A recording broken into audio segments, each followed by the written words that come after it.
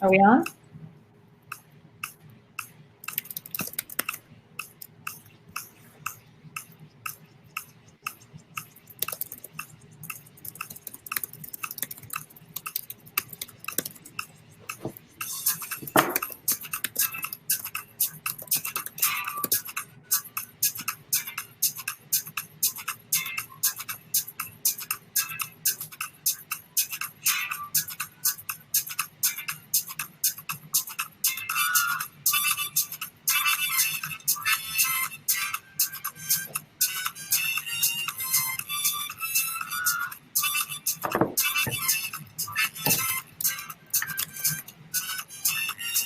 Hey everybody, welcome to Community Pitch Day. We're just spinning some tunes from DJ Agile. We're going to be asking questions, getting everybody ready for this great day. We're going to hear from a bunch of entrepreneurs, ask you some questions, and get real hype before this event starts. I'm going to be dancing in my seat, and my co-hype man, Darren Jackson, is around, so we'll be taking turns tag teaming on this virtual stage with you all.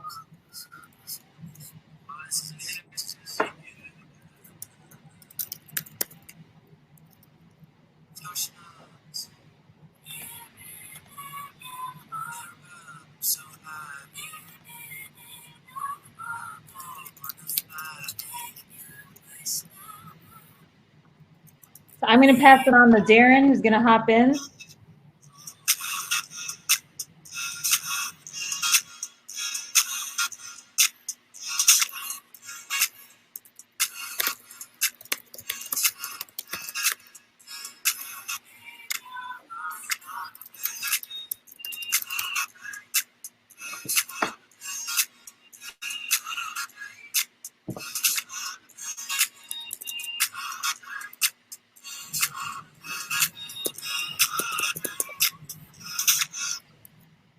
So who do we have here in the room today?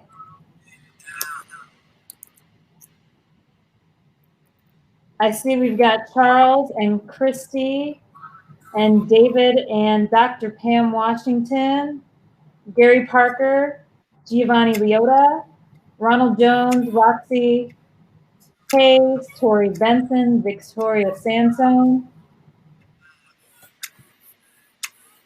You all say hi. Oh, there we go. Hi, everybody.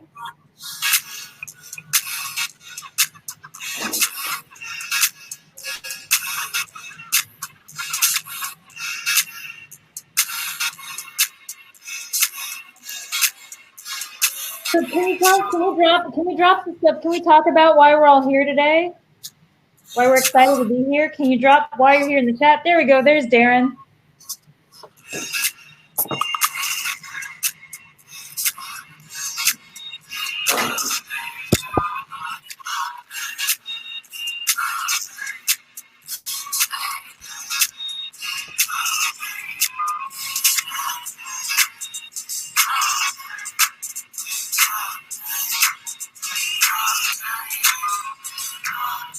Yeah, Darren, I feel you. I wish we could be live with DJ Agile at Blank Space. I'm trying to get a little like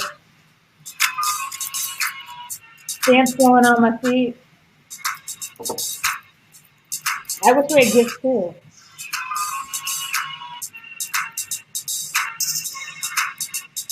This is a big day. These entrepreneurs have been working so hard for the past 8 months about to bring these businesses to life. And really, we want to talk today about, you're going to be hearing things about the story of possibility and what these entrepreneurs have done to get to where to get to today. We want to start thinking about like bigger possibilities, like building Black and brown wealth, and how we can elevate our communities. Yes, Darren, I'm so proud of all y'all too.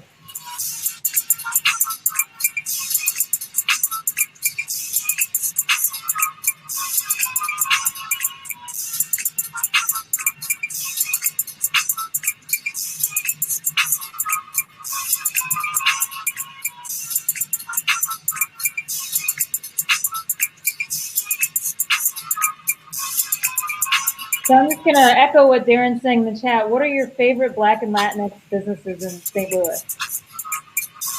You can shout out here, I'll shout out here, but shout out in the chat.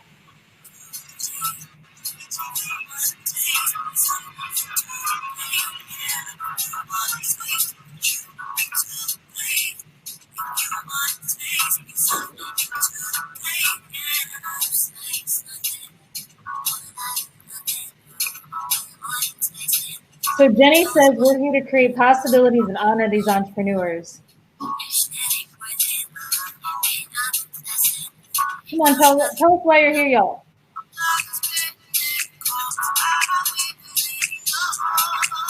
And I see that Winnie's been in the chat, but now I see Winnie's picture up here. Glad to have you.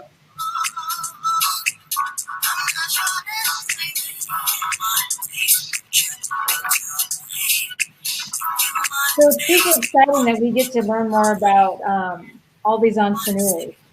So Winnie is the founder of Books and Bros. Winnie and her son Sydney Keys. So Books and Bros is a youth-led book club for boys, which is a subscription-based program to advocate for African American literacy. And I know that I've seen a lot of great stories about Books and Bros in the news in the past few months, so I'm excited to get to learn more. All right, so I see some other favorite Black and Latinx-owned businesses here in STL. We've got Patanga, Sweetheart Bakery, delicious. Urban Bud, Bait in the Central West End. And Sabrina shouting out Dexter's Art Studio. It's a Black family-owned paint and stitch studio.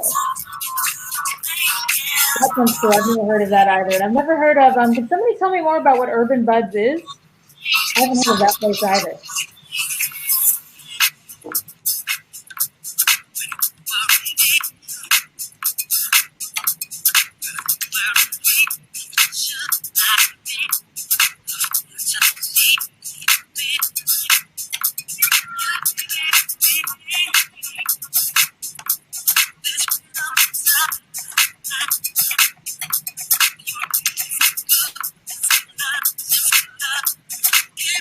So DJ Abdul, I'll have to tell you that I had this song in my head earlier this week.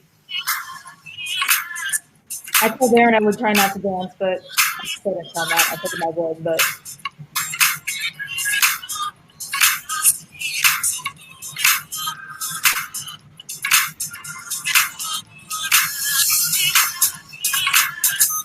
So we've got some great stuff on tap for you all today.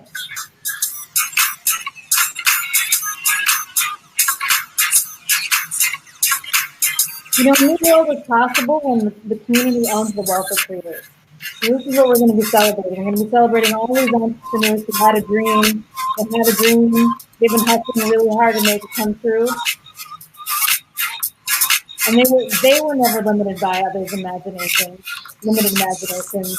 And I think it's a really good reminder for us too, right? Like, let's dream and build something that wasn't there before, something that we didn't think was possible, which is really what We Power is all about, right?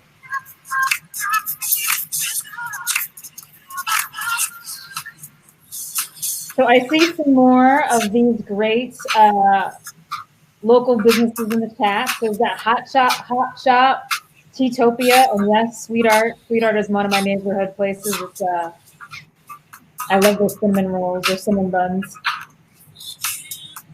Darren's asking about Urban Buzz. And I see Original Family Smokehouse. Haven't heard that before. 1207 APA at the Park.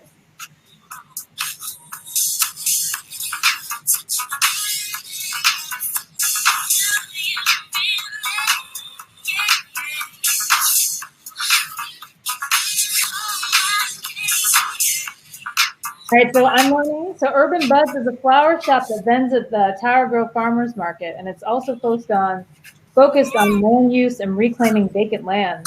That's really cool, and converting it back to farming. I'll have to check that out. And thank you, Renee and Jeanette, I'm not sure I'm saying that right, for dropping those links so everybody can check it out too.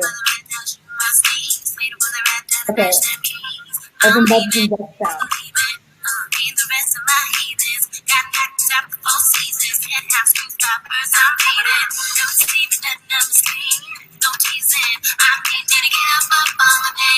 So what is the conversation are going? Like, Fatima saying that she'd like to see more Black and Latinx neighborhoods in Hyde Park. Any other places around the city, around the region that you'd like to see more entrepreneurs of color enter?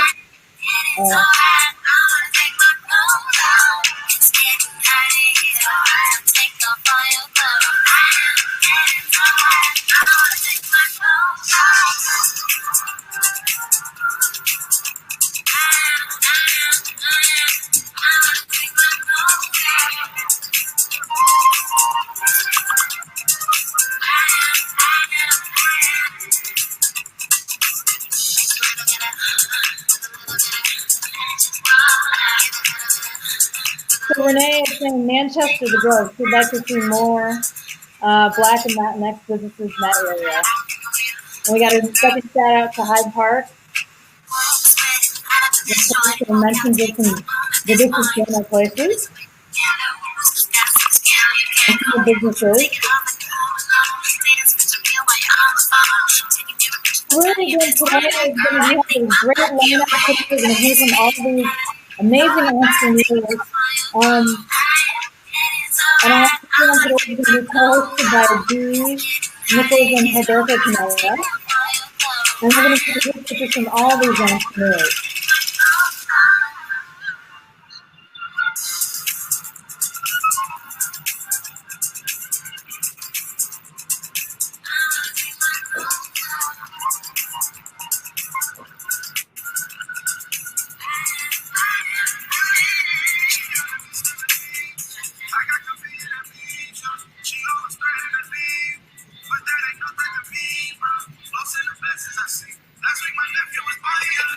So we got some more great businesses. So we're talking about people want to see more Black and Latinx businesses in the Central West End.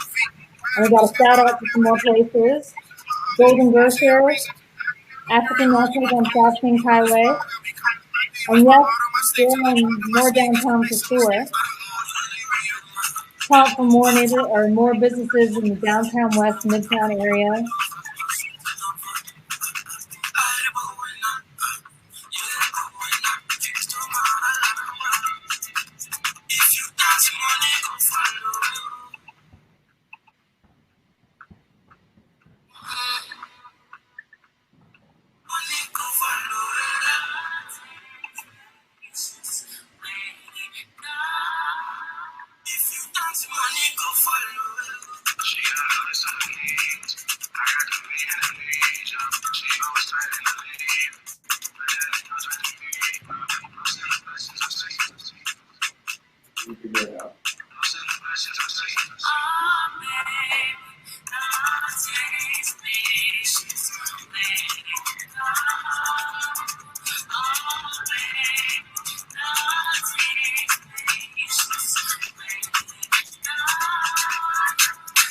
Oh, we got Jamal Berthold. That's a great one. Demi. I'm not trying to jump into dinner here in the chat, but I do want to know why everybody's here today. What about today makes you most excited? I mean, I'm excited to be here and learn and see all these possibilities that have been made manifest. But I'm also excited to hang out with you all and meet new people. So tell us why you're choosing to join us. Let me get some answers and Joan's other questions about entrepreneurship in the city.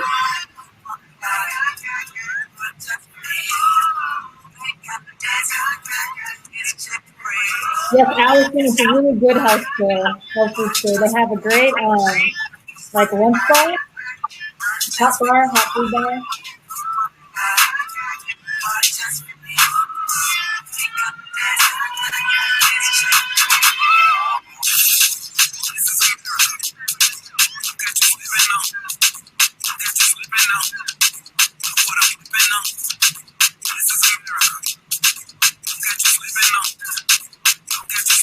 bouncing back and forth between the event and stage shots here, and I'm seeing some more restaurants and seeing some more places that people go to. So you see Dana Kelly's East Spot Aspire. That's not the name of it, but it's good. What's the new restaurant again?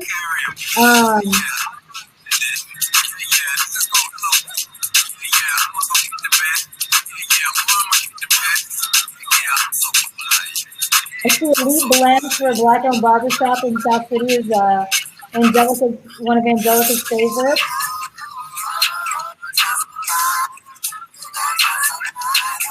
And Jenny's asking me to Brandon. Hey, Jenny, I haven't seen you in a while, so it's good to see you. And I definitely be up for meeting up. Just through the way, of course. So what else have you got? You guys are recommending some great places and great spots here. So Vanessa's saying, thinking about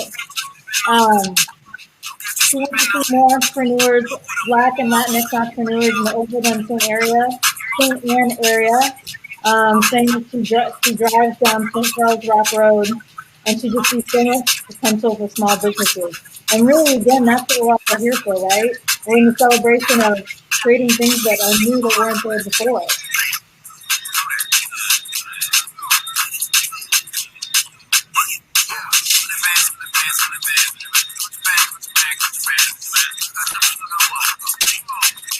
Yes, Mr. Kirkwood.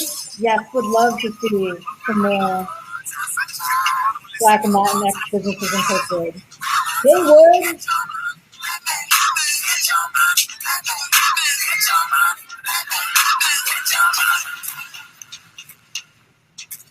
What other locations have lots of foot traffic, folks? So we can think about where to create new spaces.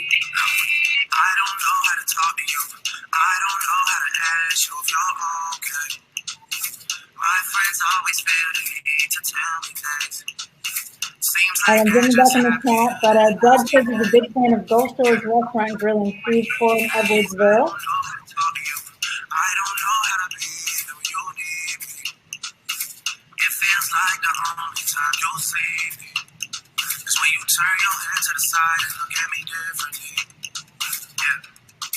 Yes, and then we need to forward. I agree. Hey, a for the culture at SPL for Latinx businesses.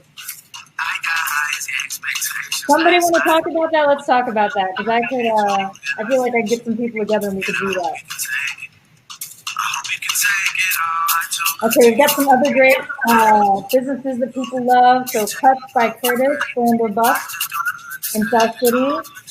We had a mention for Dexter's Art Studio.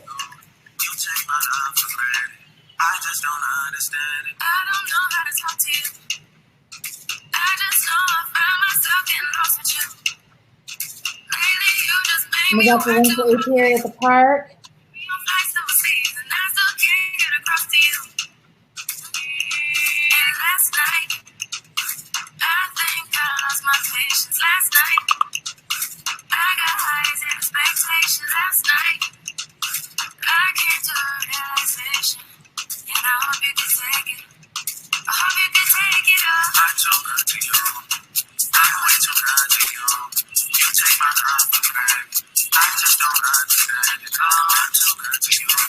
So Demi says, and I forgive everybody if I'm not pronouncing people's names right, I'll do my best, but Demi says she's most excited to hear the pitches. So what else are people excited to hear about today? Like, we're learning a lot. I got to save this chat and keep a list of all the places I got to check out. So what else are people here today? Why are you spending time on a Saturday with us here today?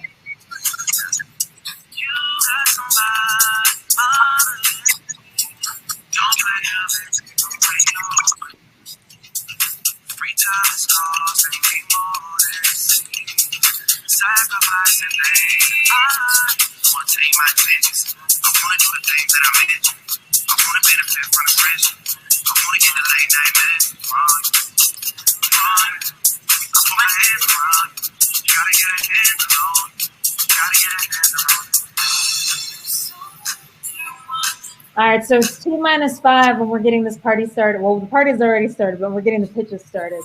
When Gilberto and Dee will kick things off. I know, it went fast. We still got 5 minutes though, so I haven't heard from everybody. I want to know, Darren's asking favorite places, places where we need more Black and Latinx businesses, but I want to hear why you're here.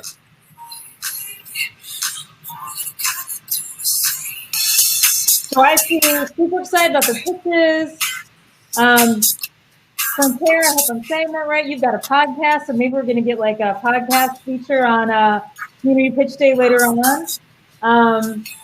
Katie says that Valeria Rodriguez invited her, and she's so excited to hear about everyone. Vanessa says she is reacclimating to St. Louis after living away for years when she was building a school. Great, we got places, you got people. So Frontier has a News You Can Use podcast. Thank you for dropping the link. Anchor.fm/news-you can use. So check it out. I'm excited to see what your podcast looks like after today. Brandon is asking what kind of school for Vanessa, because we're in this little pandemic.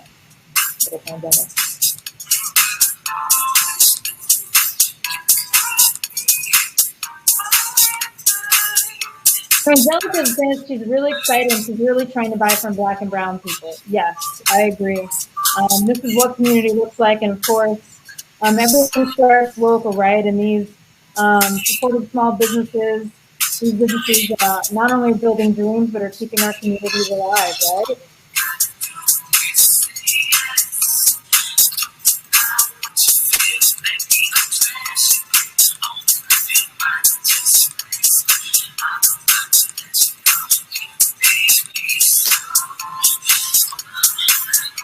Got 3 more minutes. If you haven't told us why you're here and what you're excited about today, we only got a couple more minutes to drop it in the chat.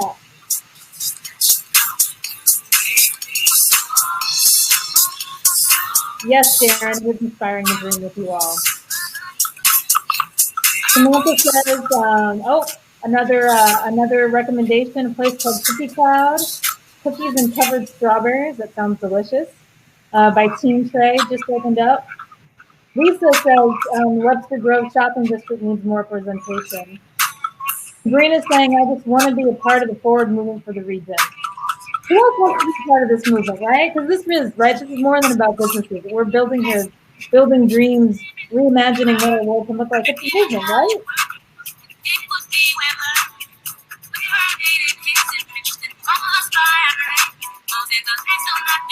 We're here for the music, right?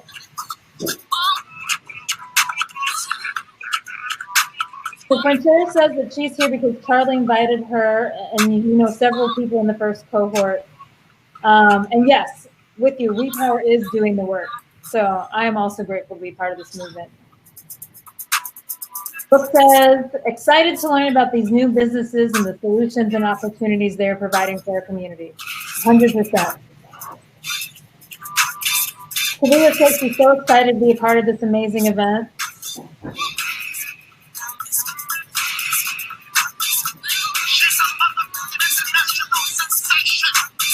And as entrepreneurs about to do what they need, it's almost time to introduce our crew here.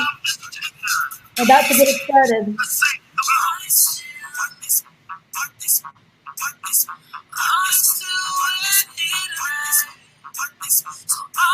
So Kalana said she was curious to find out what this event is all about. Daphne says she's seeing how she can be of service.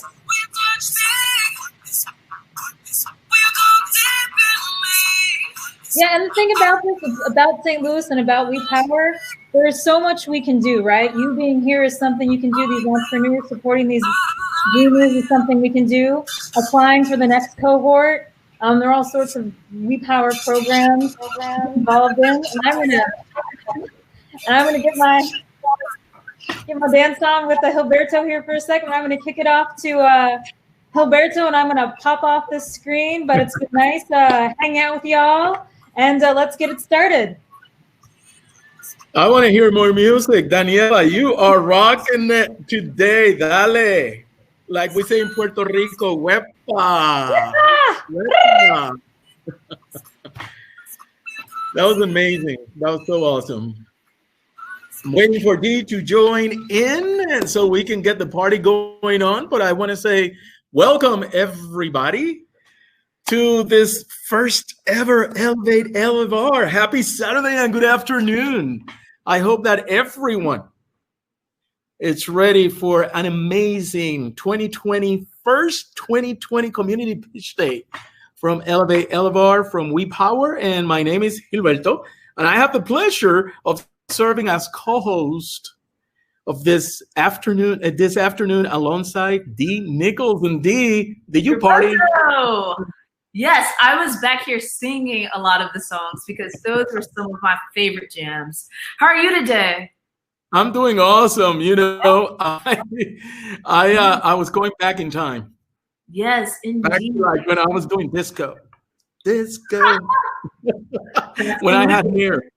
Yes, indeed.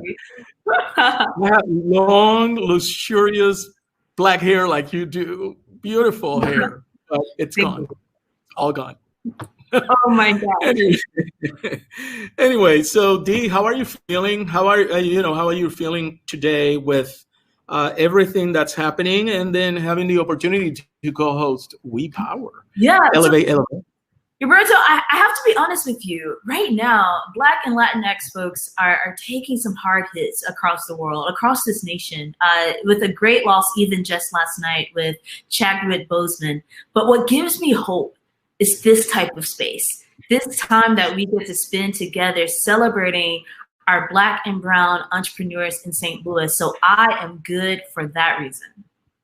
Well, you know, and I just want to ask you to elaborate a little bit on that and tell us a little bit about yourself. Oh, yeah. Okay, and also your relationship as an entrepreneur and to your relationship to We Power. Yeah, so I am a St. Louis social entrepreneur, and as a Black woman who's been doing this since, 2013, I specialize in social entrepreneurship at WashU in grad school, and it's been great to not only help cultivate part of this ecosystem and the vibes by connecting with other entrepreneurs of color, but I even got to meet Charlie through that process, and she's the founder of We Power, and it's been great to work alongside them, in some ways beside them, in some of the co-working spaces in the Cortex. And so it's great and so amazing to see all of this come together because it's been hard work. I can attest to that. Yeah. And I'm curious, Roberto, because you're in the Cortex. What about yourself? What is your relationship to the entrepreneurship scene as well as to We Power? Well, you know, maybe little known fact, I used to co-own a business for over 19 years. So I know what it is to be a person of color and being an entrepreneur. There's a lot of challenges out there. I wish that I had the opportunity of a cohort like We Power back in 1992 when I started that business. Yeah, 1992, way back then. We didn't even have cell phones permanently. So, or a promise of having a digital, communication system. And also, my relationship, now with We Power is through Cortex. I'm the communications manager, and I sit in the inclusion committee. And Cortex is so committed to diversity, inclusion, and equality, and we want to see our people of color, our entrepreneurs thrive and succeed and make this much more an equitable place. So that's why I'm so excited to be here today, participating, co-hosting with you this amazing event. No, that is so great to hear because indeed that is why we're here. And I want to start by just telling everyone a little bit more about why we are here today. So the potential, the commitment, and the incredible entrepreneurialism of our inaugural cohort is a story of possibility. They teach us, in the words of the great Mae Jemison, the first Black woman to travel into space, never be limited by other people's limited imaginations. And you'll see so many of their imaginations come alive throughout this day. We Power has a deep belief that we can and we must create a St. Louis where every community thrives. We know building community level wealth is a key lever for the kind of St. Louis we imagine. Community level wealth is possible when we invest in everyday businesses owned by underestimated, overlooked Black and Latinx entrepreneurs. And that is why Elevate Elevar was launched. You know, Dee, you are so right. And today is about possibilities. And remember, this is the most important part. Today is about possibilities. What is possible when we invest in Black and Latinx entrepreneurs and communities? Yeah. You know, what is possible when we redefine wealth to truly center community ownership? What new stories are possible when we choose to make this shift? Yeah. It is about possibilities. Indeed. And we're here today to recognize 10 unflinching and committed STL-made entrepreneurs. Their business ideas have the power to move the entire region forward by sparking economic mobility and creating living wage jobs in neighborhoods where historic disinvestment has stripped away a lot of wealth. And together, you know, I think our region has a big opportunity. You know what? Together, our region, as you mentioned, has an opportunity to unleash our imagination of a better future where we simultaneously elevate founders and communities. Yeah. Build shared economic power by accelerating differently, which is very important. This is about building Black and Latinx wealth. Because you know what, Dee, and everybody who's tuning in, it is time. It is time. Indeed. So before we get to the entrepreneurs, there's a little bit that we have to do beforehand. And we would like to take a moment to acknowledge the people who got us energized and excited to be here. Special thanks to our hype team, Daniela Velasquez and Darren Jackson, who kicked off the pre-reception. And thanks to DJ Aljow for the jams. Hopefully you were able to enjoy some of the treats as well that came along with your ticket to today's pitch day. And many of those treats were actually courtesy of STL Made and a lot of local Black and Latinx entrepreneurs, many of whom are actually in the cohort. We'd also like to thank and recognize the many people and organizations that made Elevate and Elevar and today's celebration truly possible. Yes, this accelerator wouldn't have been possible without the collaboration of a dynamic group of people, including our advisory board, more than 70 guest experts and mentors, our dedicated business coaches, and of course, the We Power core team. Yes. The power of we is real. That is so real. And, you know, Elevate Elevar also wouldn't be possible without our pipeline and implementation partners. Thank you for believing in the vision and taking a leap of faith as we launched our first cohort. This actually got pulled off in the midst of a global pandemic and so many issues. So thank you, thank you, thank you. And lastly, we have to thank our sponsors who have stepped up to make our first ever community pitch day a reality. I'd like to take a few moments to thank them. First, we want to thank our presenting sponsors, Wells Fargo, for their generous support, and also the Cortex Innovation Community.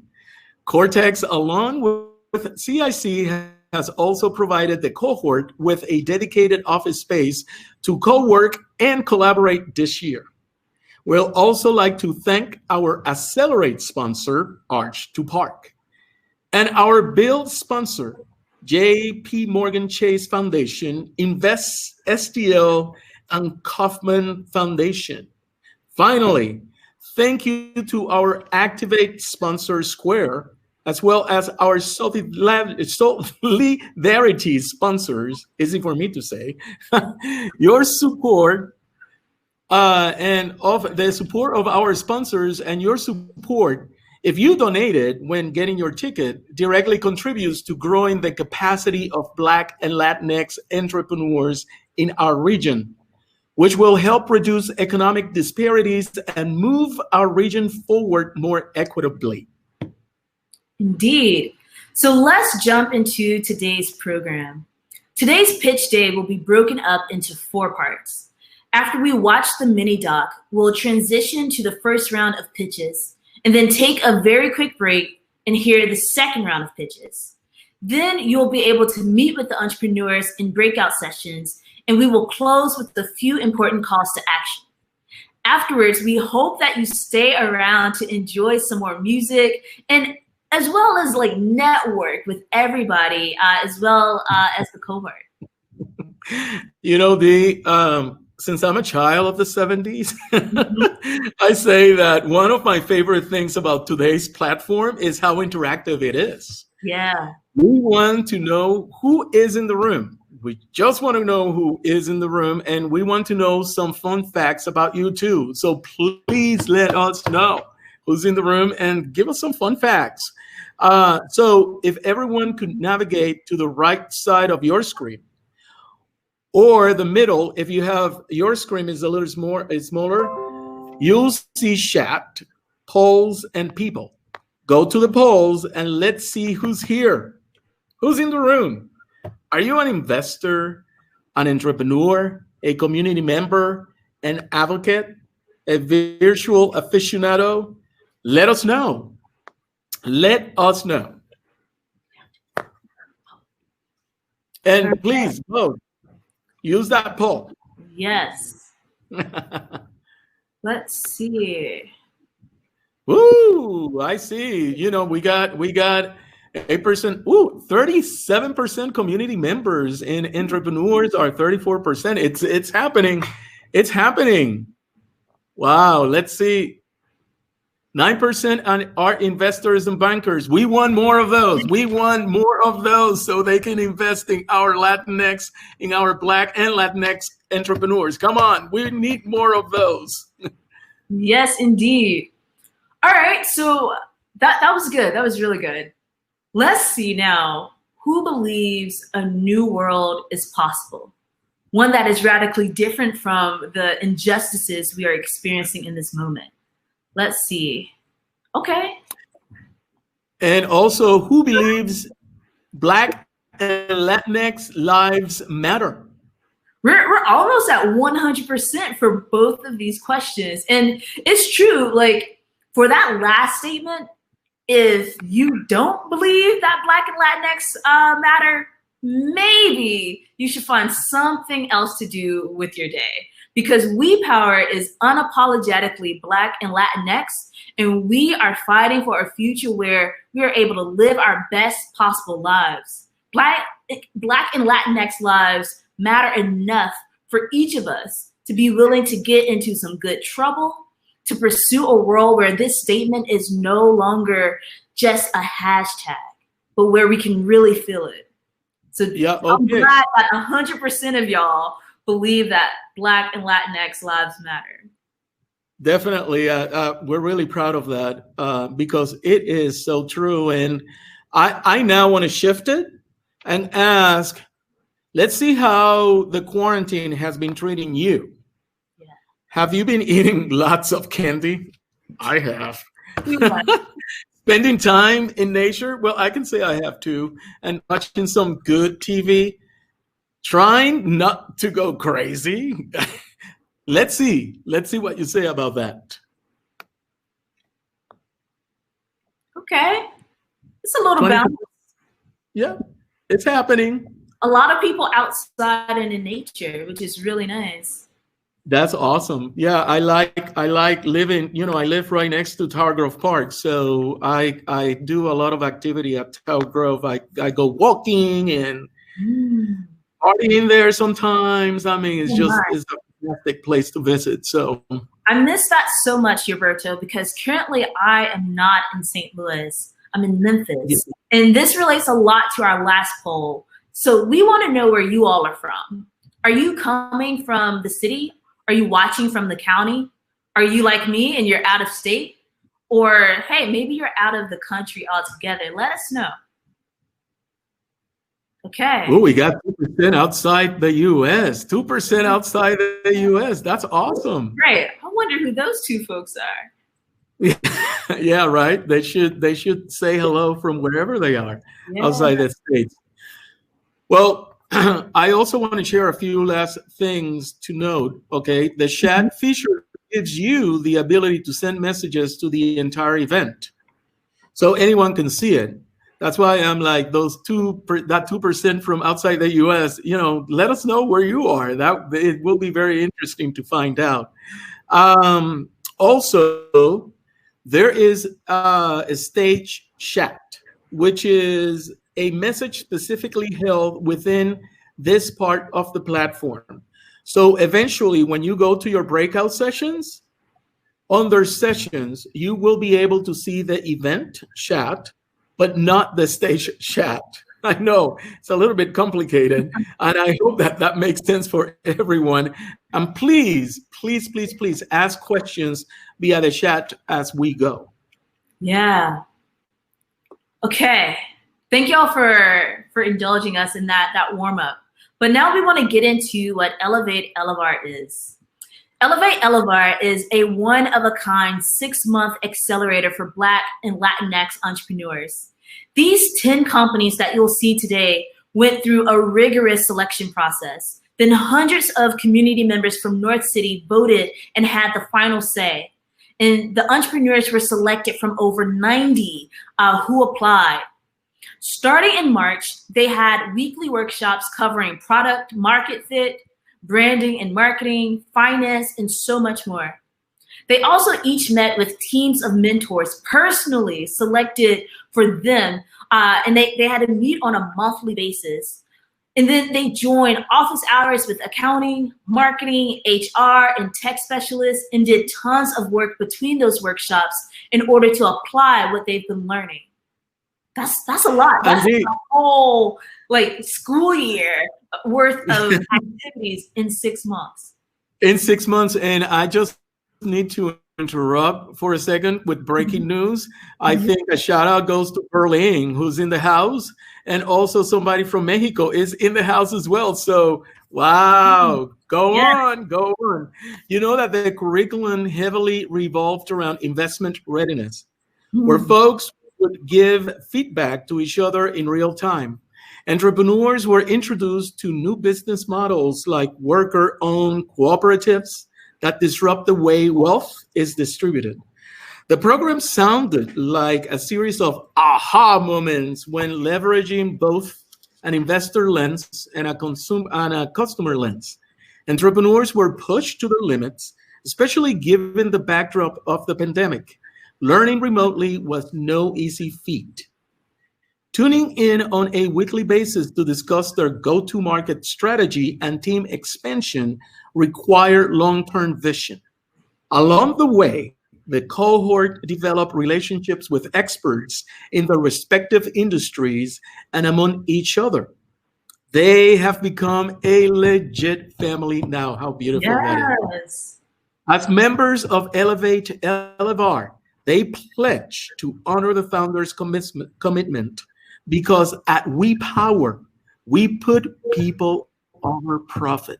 Can I say that again? At We Power, we put people over profit. This includes working to pay a living wage, applying a racial equity lens to how the company is run, and partnering with residents in the neighborhoods where their businesses exist. Yeah, and against all odds, the first ever cohort of Elevate Elevar has thrived. We know this system is not designed for Black and Latinx entrepreneurs to succeed. We know our economy is designed to extract wealth instead of build Black and Latinx wealth. But through it all, the Elevate Elevar entrepreneurs have remained a story of possibility. When we truly invest in Black and Latinx entrepreneurs, the return on investment is huge. The accelerator maintained a 100% retention rate.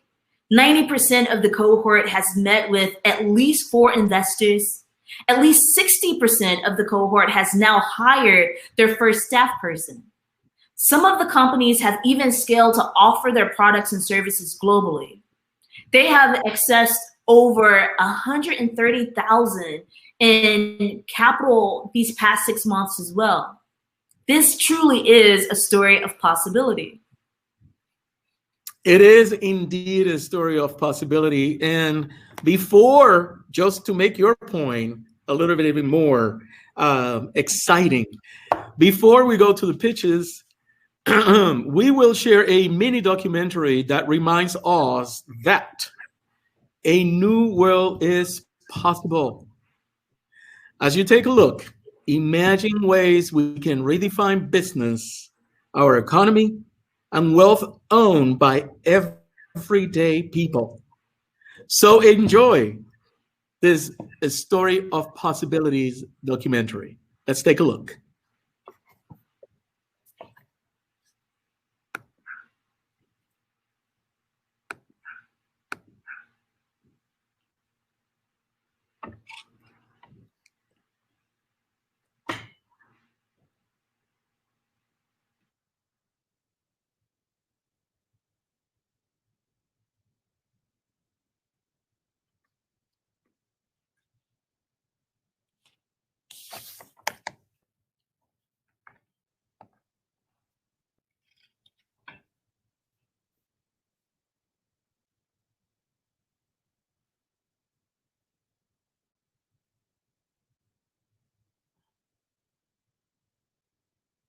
In my neighborhood, just like it was back in Tulsa, Oklahoma, Black Wall Street. I envision that. A new world is possible. A new world is possible. My goal is to see more small businesses like myself flourish. I want to make sure that the local businesses in the local communities, especially the ones that I grew up in,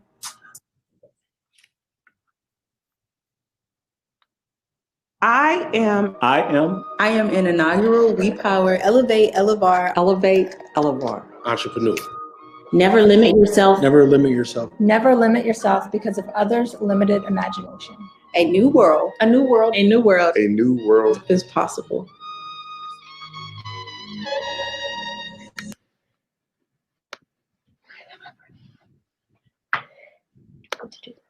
I am an inaugural We Power Elevate Elevar Entrepreneur. Never limit yourself. Never limit yourself. Never limit yourself because of others' limited imagination. A new world. A new world. A new world. A new world is possible.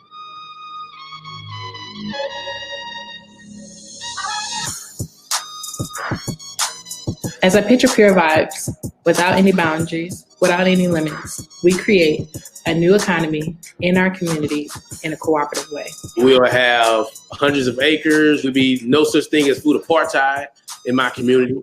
That'll be taken care of now. So we have locally fresh produce. It'll be more Black-owned businesses in my neighborhood.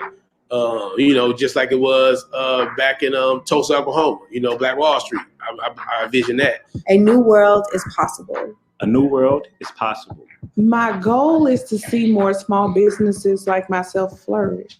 I want to make sure that the local businesses in the local communities, especially the ones that I grew up in, are able to fund and able to build businesses that bring back and give back and also help with growth.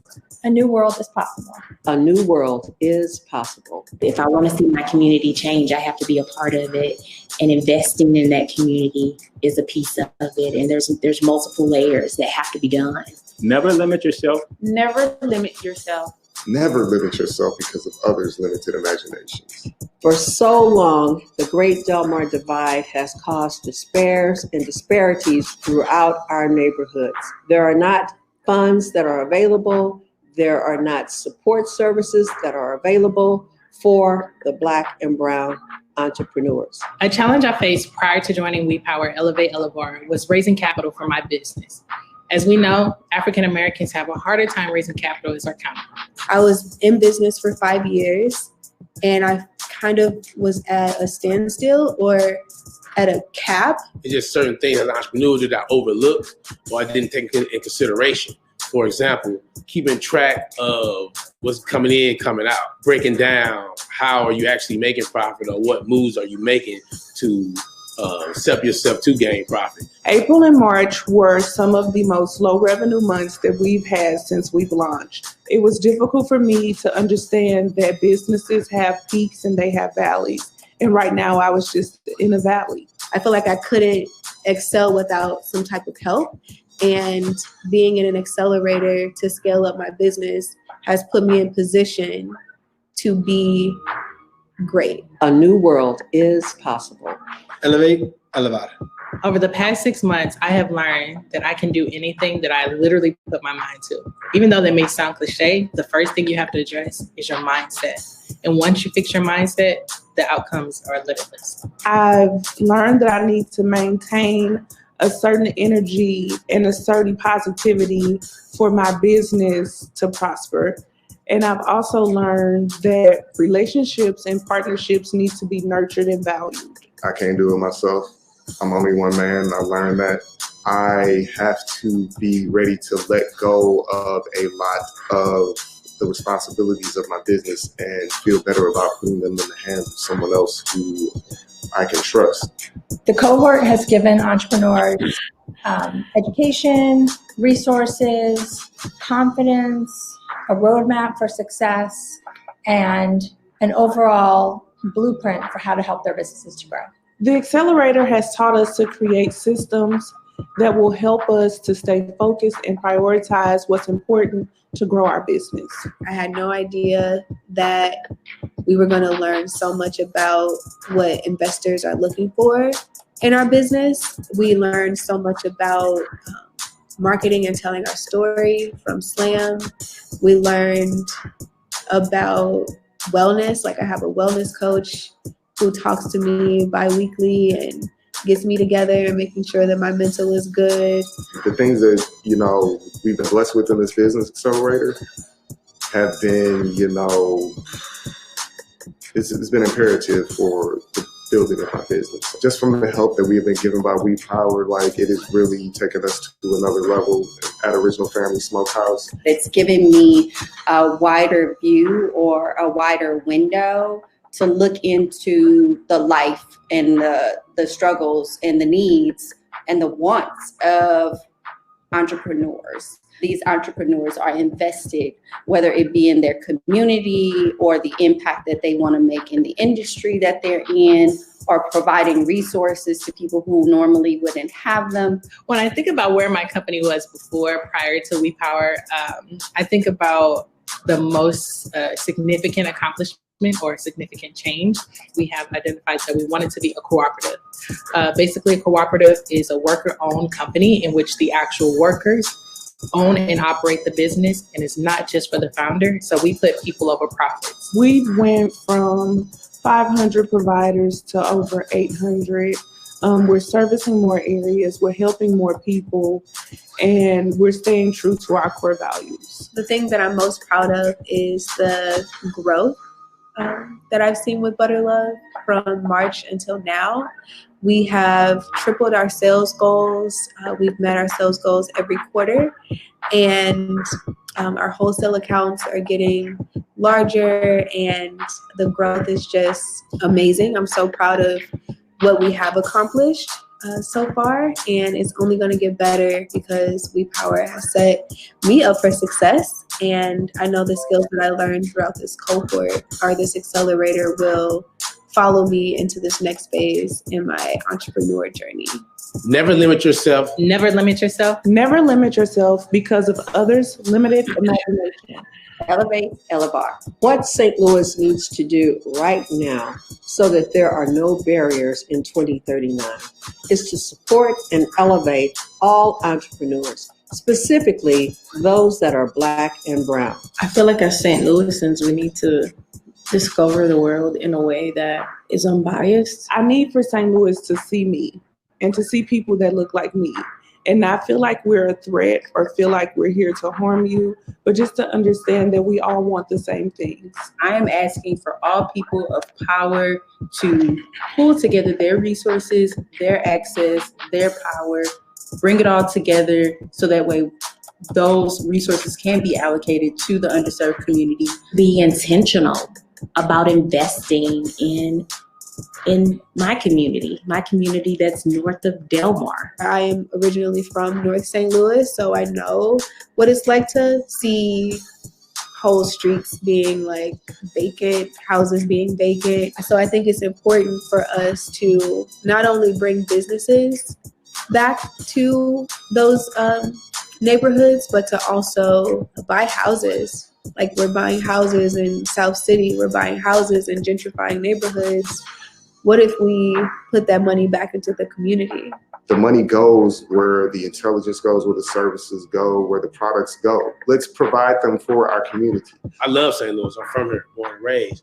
So I believe the call to action, just togetherness, prosperity. And as we learn and build, we need to keep that momentum and hold our allies and our leaders accountable. It's voting local, your aldermen going to city council meetings and getting to know who represents you, getting to know who voices your concerns for your neighborhoods and stuff like that. Because of the continued support with entrepreneur support organizations like Elevate Elevar, like CET, we can provide lots of services that have not been provided in the past. Success is contagious.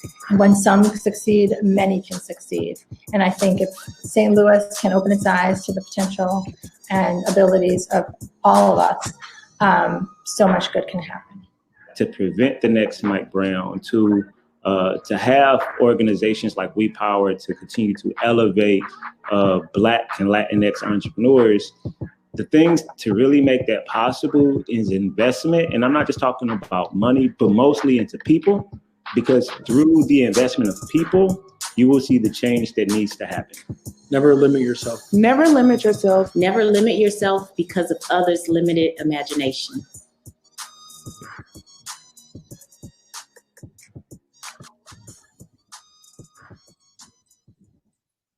Amazing. That was just fantastic. That was just amazing.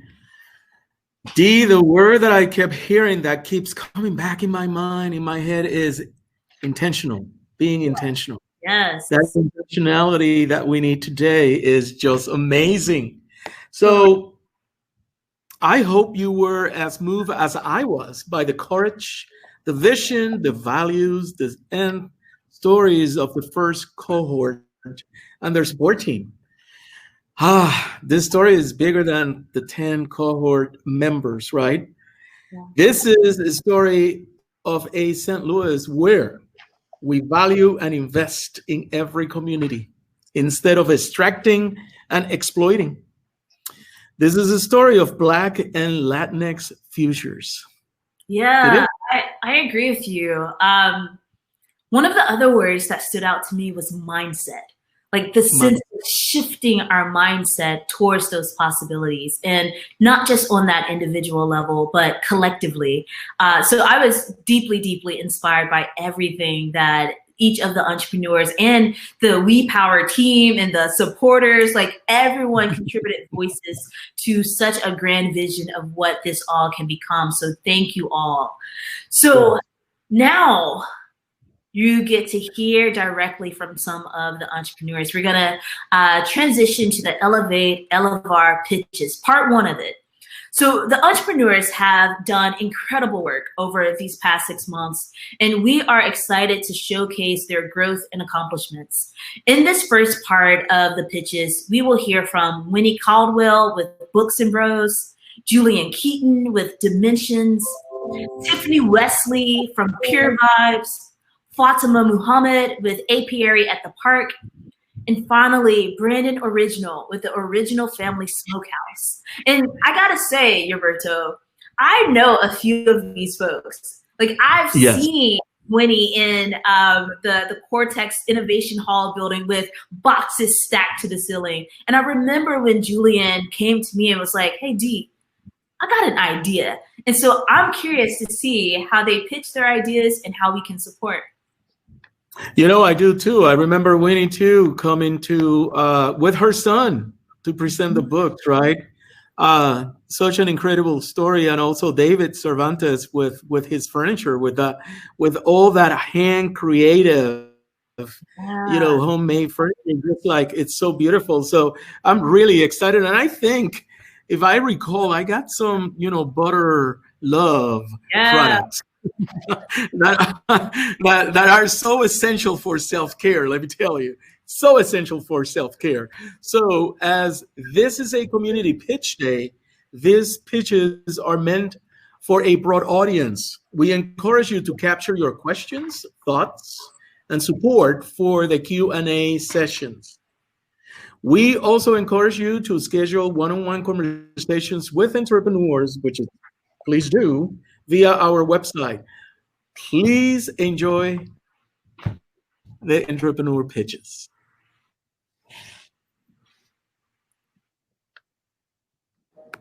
Hi, my name is Winnie Caldwell, and I am the COO of Books and Bros. What do? We amplify African American literacy to empower adolescent boys. Why do we do this? Because statistically, boys ages 8 to 12 stop reading, and we believe that it is our job to combat against that. Where did this all come from? A special life-changing visit to a local bookstore. Do you remember the first time that you visited a library or your local bookstore? How did that experience change you? How did it affect you? Did you see yourself in those stories? Well, I'll tell you about our visit. In the summer of 2016, I took my son, when he was just 10 years old, Sidney Keys III, to ICD Bookstore, which is the only African American children's bookstore in St. Louis.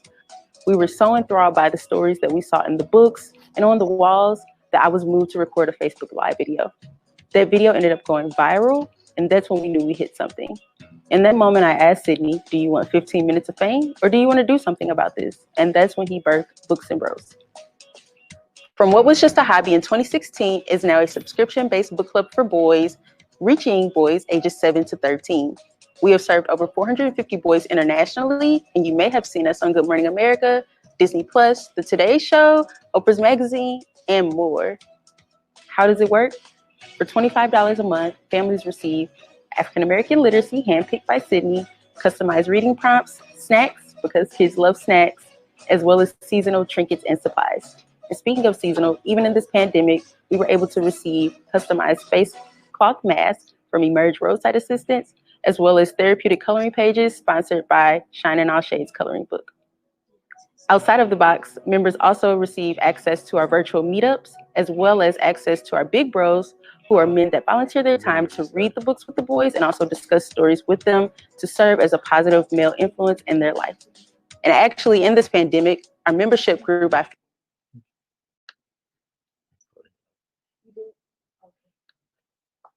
pages sponsored by Shine in All Shades Coloring Book.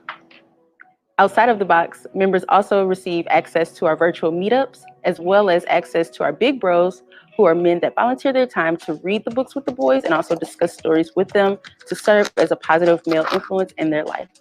And actually, in this pandemic, our membership grew by 50%, and we knew that we couldn't handle this alone. And so now we have a team of 5 people, including myself. I have a background in corporate communications and also a natural knack for PR and relationship building. My son, Sidney Keys, is a professional public speaker, our youth leader, which is important for peer-to-peer representation, as well as a Marvel hero. We also have Naira Williams, who is our office assistant, resident photographer, and social media manager. And then there's Portia Outen, our event coordinator and official public relations rep. And there's also Ishmael Sistrom, who is our big bro, as well as community organizer on the team. In addition to growing, we've noticed 2 things thus far. We've noticed that we started from filling a void, and now that we've actually built out a business model in a growing industry. For example, there's Just Like Me box, as well as the Because of Them We Can box. Both companies offer African American literacy to kids. What sets us apart? Our niche is untapped. We specifically reach boys between the ages of 7 to 13, and studies show that that is the age demographic that needs literacy support the most right now. We also have sustained for 4 years without shutting down. Even with limited resources, we've still been able to give back to the community and withstand hardship. And what's our ask? $120,000, and this will help to cover commercial lease space for us in the heart of North St. Louis. This will also help to cover social media marketing needs, a content creator on staff, as well as a founder's salary. We can't wait to make dreams come true with you. Thank you.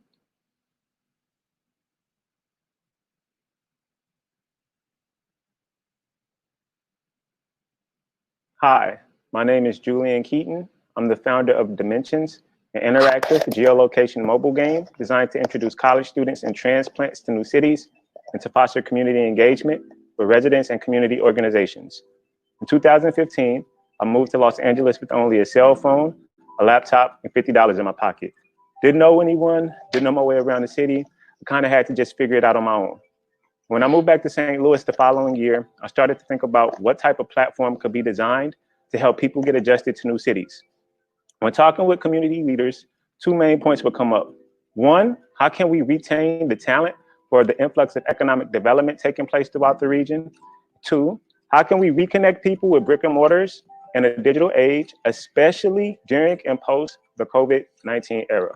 Dimensions provides a solution to those questions by providing technology-driven experiences that help people learn about the culture of the community while providing engaging ways to build their personal and professional network. Our team currently consists of myself and two other members, Garrett, who developed our MVP, and DeAndre, who will be leading our sales organization. Our next core hires are software developers that will bring to life our mobile app game in 2021. Since 2017, we've interviewed over 100 college students, asking them what it would take to get them to live in St. Louis after they graduate. Through our primary research, we were able to identify that one of the largest groups of transplants in the St. Louis region that suffer from the initial problem of acclimation are college students, making them the perfect audience for an initial market. We created unique and interactive games that provide students and transplants the opportunity to engage with community stakeholders. Studies show that young adults manage their time in two ways: education and entertainment. We wanted to create a product that would be used and loved to bridge the gap of being fun, entertaining, and educating them about the world around them while simultaneously providing solutions that build communities. We create custom and prepackaged geolocation experiences that highlight the service providers, the culture, and the history of a community. We do this in three ways: scavenger hunts, choose your own adventure games, and community gatherings. Given the circumstances of COVID-19, we're currently experimenting with 3D virtual tour software that would allow game users to play those same geolocation game challenges virtually. Dimensions is a freemium game with 4 core streams of revenue: enterprise licenses purchased by colleges, universities, large employers, and nonprofits, our monthly subscription from end users, community events where game users can come together in person or virtually to play a specific neighborhood, or our advertising fees. These fees will be generated from the game challenges that end users will complete. Dimensions is a two-sided platform serving both end users and as well as small businesses and community improvement districts. Over the next 4 years, we plan to expand to 4 cities annually that will increase our serviceable market by 42 million people each year. There are other problem solvers in this space, but what makes Dimensions unique is that we're analyzing and optimizing data points that are relevant for smarter economic development and equitable civic engagement. What that means is we're geocaching some of our game challenges that ask the community what they would like to see developed in their neighborhood. This gives the community a voice and developers and city planners insight on how to equitably grow a community. Since our first MVP launch in 2019, we've operated as service providers, solidifying partnerships with Washington University, the Del Mar Loop, the Central West End, and other popular St. Louis neighborhoods. 100% of our post-event surveys show that game users express interest in future experiences. We're gearing up to launch the next series of game experiences with the self-paced, on-demand game this September. To operate our flagship product at full capacity, we will need to raise $500,000 in funding. $100,000 will go towards product development, $15,000 will go towards marketing spend, $385,000 will go towards investing into our team by giving them full-time employment status with benefits. I want to thank you for your time. I hope you're ready to seek the world around you and travel dimensions with me, my team, and our game users. Thank you. And my company is Pure Vibes. Pure Vibes is a worker-owned personal care company that creates essential wellness products, including artisan handmade soaps and natural goods. A little bit about myself. I'm a passionate and purpose-driven entrepreneur who specializes in aromatherapy and natural products. I am also a working professional in the financial technology industry, but more importantly, I make products that your body will thank you for. My journey began in 2012 when I was suffering from a condition called PCOS, which is a women's health issue that creates anxiety, mood instability, and hormonal issues. I was searching the market, looking for natural products that were gluten-free, catered to my needs, and that were sensitive. This is important because women need new products to cater to our wellness, mental health, and self-care. Women suffer from anxiety and mental health issues twice the rate as men, and we are demanding self-care products that cater to our needs, but not only help us live well, but feel well. That's why I created Pure Vibes. Let me talk you through some of our Pure Vibe products. The first product we'll discuss is our neem and turmeric artisan handmade soap. It's great for troubled skin and hyperpigmentation and infused with jasmine essential oil. The next product I'd like to mention is our Shower Minty Clean Peppermint Castile Soap, infused with all the natural oils and goodness your body will ever need. We also have CBD wellness products that are formulated with pure isolate and they're THC free to give you peace of mind and quality assurance. We do provide aromatherapy rollers that'll boost your mood and give you all the goodness of essential oils. Why our products are awesome is because they have all natural skin loving ingredients made with high quality standards, and we have guaranteed vibes with or without CBD products. We also have a Buy a Bar, Give a Bar initiative to those in need. Our customers love our products because it makes your skin feel great, clean, and it helps you live well and feel well. We are focused on millennial women who are seeking alternatives to traditional personal care, who are open to CBD-friendly products, and who are looking to live well and feel well. To date, we have sold over 1,500 products, and 65% of our customers are recurring and returning customers, and we would like for you to be one of them. Our team consists of me as the actual founder, Karen Taylor Liggins, who is a sustaining member founder as well, and she has expertise in human resources and dispute resolution. Another founder of ours is Demetrius Neal. He's also a sustaining founder. We are a worker-owned cooperative here to elevate our customers and our community. Join our efforts.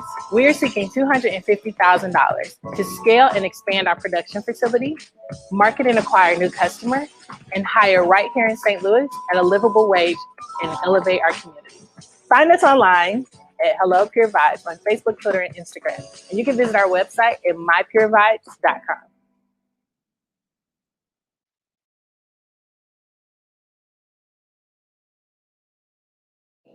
Greetings, I'm Fatima Muhammad, founder and CEO of Apiary at the Park, a culturally inspired co-working and co-living space for Black and Brown creatives, entrepreneurs, freelancers, and small businesses.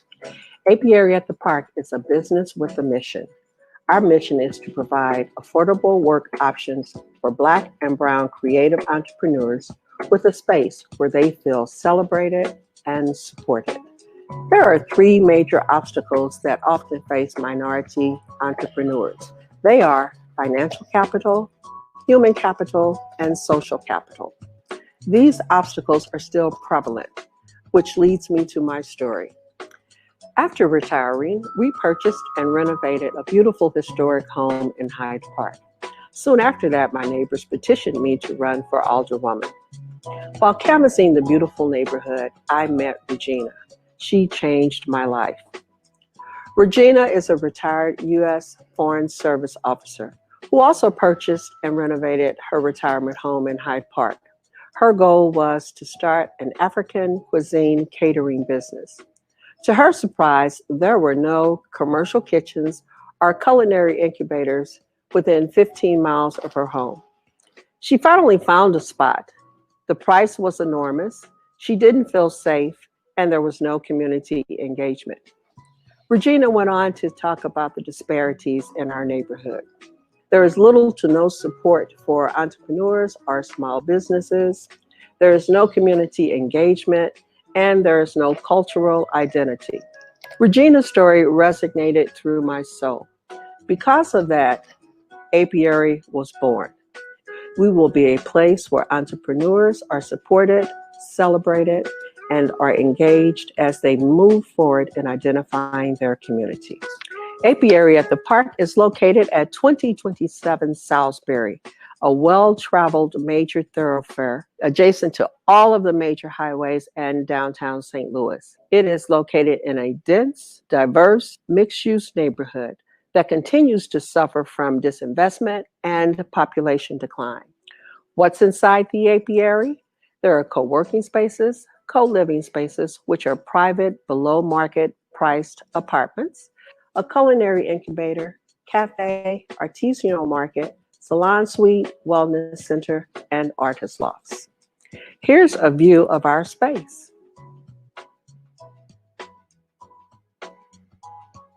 As you can tell, there's a lot of co-working going on here. Some of our accomplishments today include raising over $100,000 of the $300,000 that is needed for the first phase of the project. And we're happy to report we're under construction. We've also pre-leased the cafe space and we've pre-leased office spaces. We've purchased an additional plot of land as we prepare to expand. Who's our customer or what's our niche? Our customers are the underserved Black and Brown creative entrepreneurs. Our competition, there are over 70 co-working spaces here in Missouri, none of them specifically for Black and Brown creatives. The local co-working spaces such as CIC, Tech Artesa, Nebula are all geared toward the professional, technical, white men. Our long-term strategic plan includes implementing a strong market plan that serves the community, utilize virtual technology, and hire from within the community and pay a living wage. Meet our team. We are constantly evolving and growing. Our two newest members are Sonia Tompkins, who is our branding and mindset coach, and Sean Randolph, who is an advisor to the apiary. And of course, you've met me, Fatima Muhammad. I'm the Queen Bee. Meet our partners, sponsors, and donors. Want to join them? You can become a donor today and help support entrepreneurs build their hive. Take a look at all of the ways you can help. Thank you for allowing me to share my vision with you. If you'd like to contact me for additional information, you can email me at fatima@apiaryatthepark.com, or my direct phone number is 314-283-9424. You can also connect with us on Twitter, Instagram, and Facebook, and we're always under Apiary at the Park. Again, I'm Fatima Muhammad. Thank you for listening.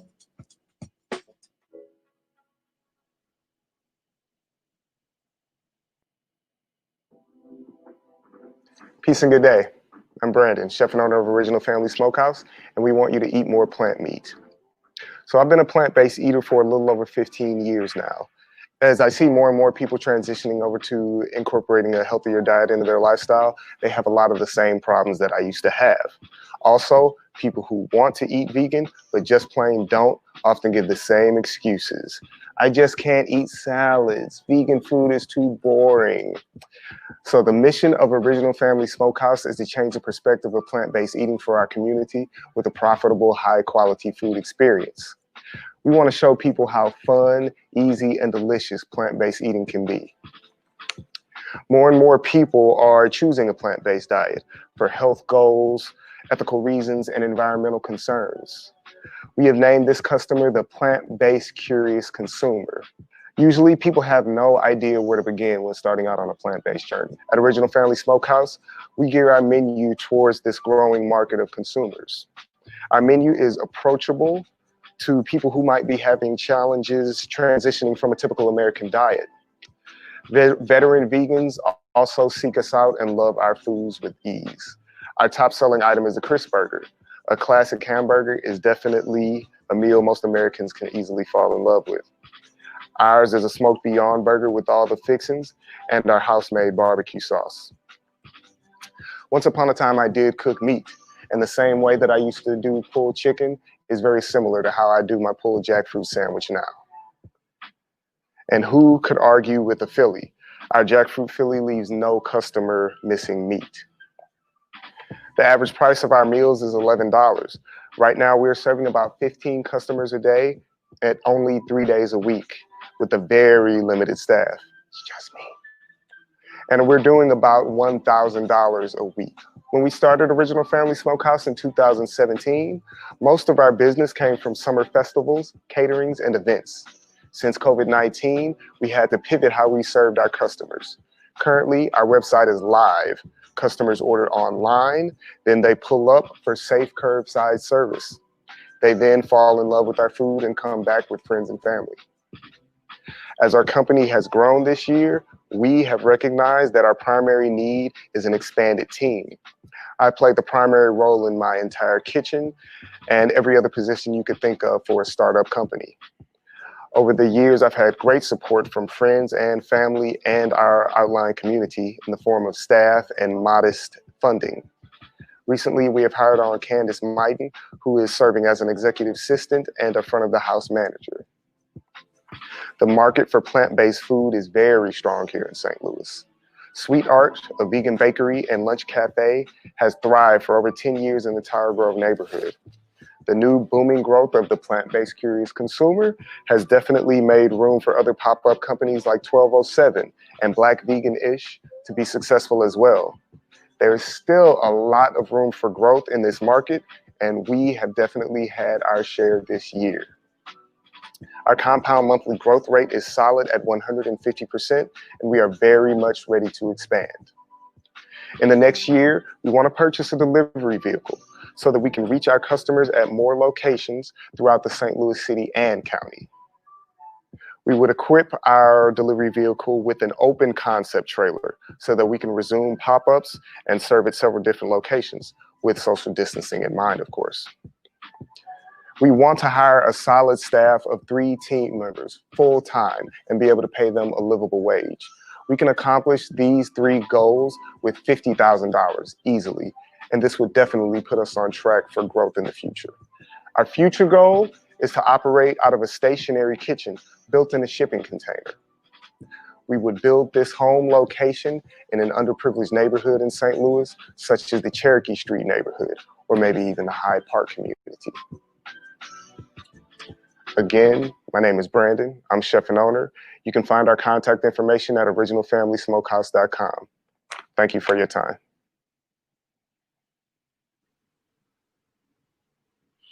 My gosh. Wow. Wow. I'm hungry. I feel like I need to go and find my checkbook because I am sold.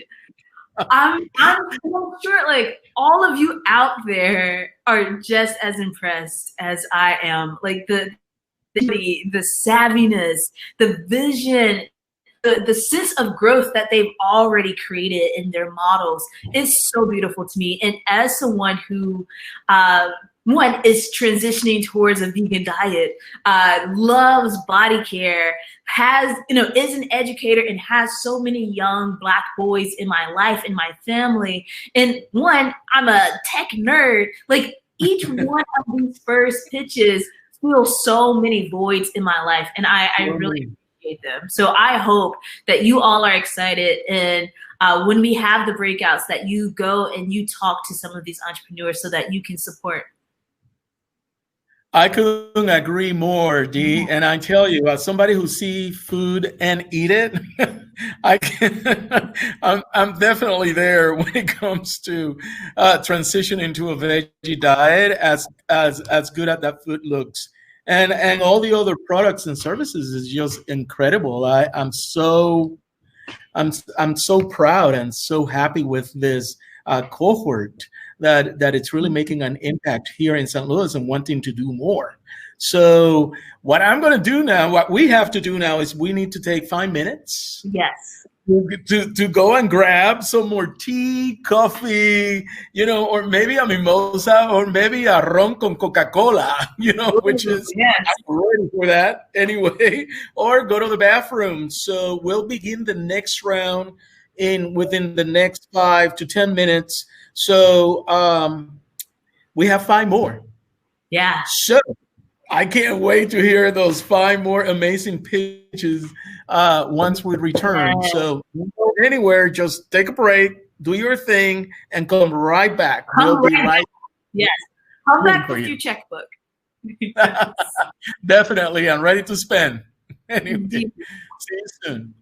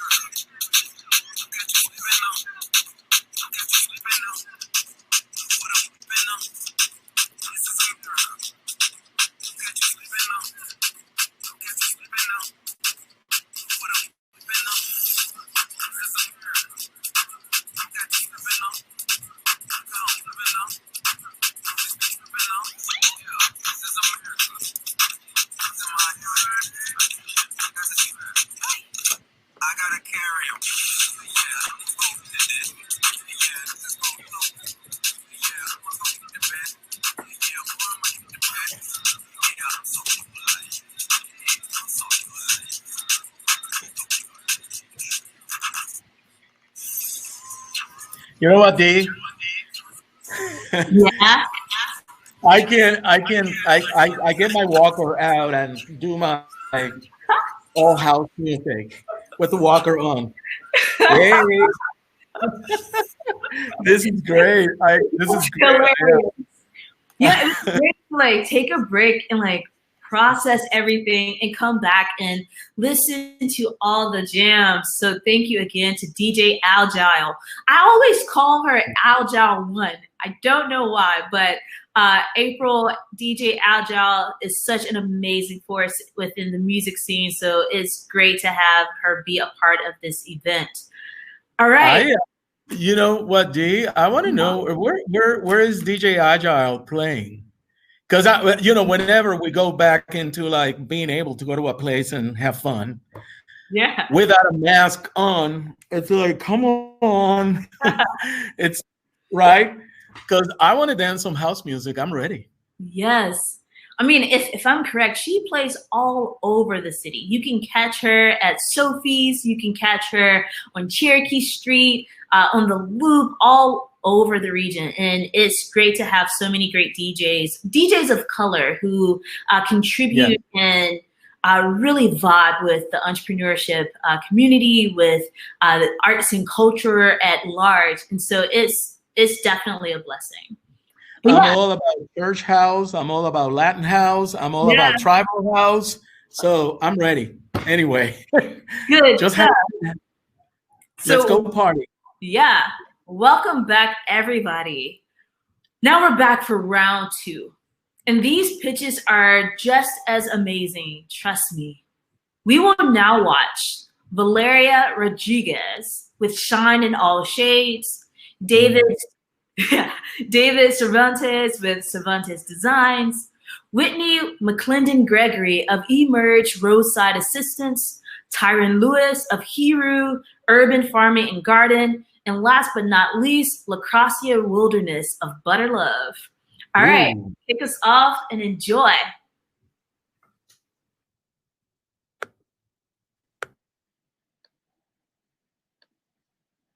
Greetings, I am Valeria Rodriguez, the artist and creator of Shine in All Shades Empowerment Coloring Book Series. As a young teenager, I sat with my beautiful dark Dominican aunt. As she combed my hair, she stopped and shared, "Ay, Vale, your hair is kinky, pero es better than mine. Mine is ugly. Yo soy negra, soy fea. I am black and I'm ugly," she shared with me in Spanish. Moments like these had me questioning my elders and friends who shared this thinking in different cultural circles throughout my childhood and adulthood. As an artist at heart and a graphic designer by trade, I found myself coping with depression and anxiety by escaping into my craft. So I wanted to take all of these layers and occurrences in my life and pull myself and pull my passion for art out of the realm of depression and anxiety and into a space of positive healing and empowerment. Shine in All Shades is an empowerment coloring book series that shines a light on the full spectrum of Black and brown women. Each hand-drawn illustration is paired with affirmations and quotes that shines a light on who we are and our magic. Whether you're rocking locks or braids or head wraps and hijabs, there can never be too much representation and empowerment. This one of 6-part book series is a reminder that wellness begins with how we treat ourselves, speak to ourselves, and celebrate ourselves.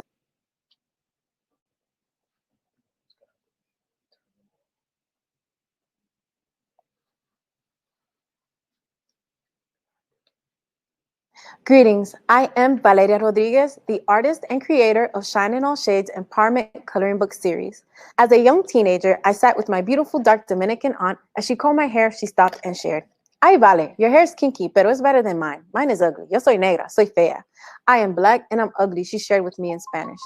Moments like these had me questioning my elders and friends who shared this thinking in different cultural circles throughout my childhood and adulthood.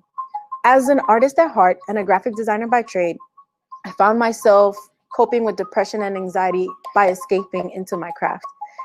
So I wanted to take all of these layers and occurrences in my life and pull myself and pull my passion for art out of the realm of depression and anxiety and into a space of positive healing and empowerment. Shine in All Shades is an empowerment coloring book series that shines a light on the full spectrum of Black and brown women. Each hand-drawn illustration is paired with affirmations and quotes that shines a light on who we are and our magic. Whether you're rocking locks or braids or head wraps and hijabs, there can never be too much representation and empowerment. This one of 6-part book series is a reminder that wellness begins with how we treat ourselves, speak to ourselves, and celebrate ourselves. So as of November 2018, it has been an absolute pleasure to make an impact in the St. Louis community and beyond with Shine in All Shades. This is an amazing creative wellness tool that has facilitated me with the opportunity to create empowerment workshops for elementary and middle school grade levels, as well as opening doors for an opportunity to partner up with the DeVille Initiative in New York City, an amazing arts program. Shine in All Shades has been an amazing retail brand. So we sell at shineinallshades.com, and we provide amazing affirmation pillows, stickers, buttons, and it's all about shining our light and having empowering messages. This creative wellness tool has also granted me the opportunity to partner up with local entrepreneurs who align with self-care, and we conducted paid adult coloring experiences that help us incorporate all of these self-care initiatives and activities into our day-to-day life. In such a time of uncertainty and civil unrest, it is crucial for us to incorporate self-care into our day-to-day. As women, we are the backbone of our communities, of our families, and we are leaders, and we need to make sure we make time for ourselves. Studies have shown that we are stressed out at an alarming rate and burning out at an alarming rate over 4 different generational groups. We are leaders, and it's very crucial for us to make sure we protect our magic. As women seek unique ways to incorporate self-care into their day-to-day, especially during COVID-19, our shoppers have been tagging us on Instagram and on Facebook, sharing their self-care experience, sharing how therapeutic coloring with Shine in All Shades has been as they see representation and amazing affirmations and posts that speak to them. They have found themselves incorporating it into their evening rituals and winding down routines. And even our guests who have attended our workshops have shared that they preferred our guided art instruction as opposed to going to painting with a twist type events. Our customers are unapologetically women of color and allies who are consistently supporting us. Since our launch in November 2018, we've participated in over 20 expos and conferences and festivals. We've had the privilege to be sponsors for several initiatives here in St. Louis with entities such as Books and Bros and the Master Her Class Women's Conference, to name a few. We've been featured on multiple platforms, podcasts, and even news segments. Without an agent and without a publisher, independently, I've sold over 900 coloring books through our booked events, through our wholesale partnerships as well. As you can see below, we have partnerships with amazing stores here in St. Louis, and we've recently expanded to Illinois. We are a small yet mighty team. I am the sole creator for Shine in All Shades, but my advisory board seriously supports me and has been there since the beginning, making sure that I stay focused and grounded. With our traction and projections, we have planned for the next 18 months. $100,000 is our ask. Financially, this will support our top 3 priorities: product and inventory acquisition, team acquisition, and app development. Your time and support is truly appreciated. Make sure you follow our journey at Shine in All Shades on Instagram and Facebook. Make sure you shine and shop at shineinallshades.com. And remember to always keep shining.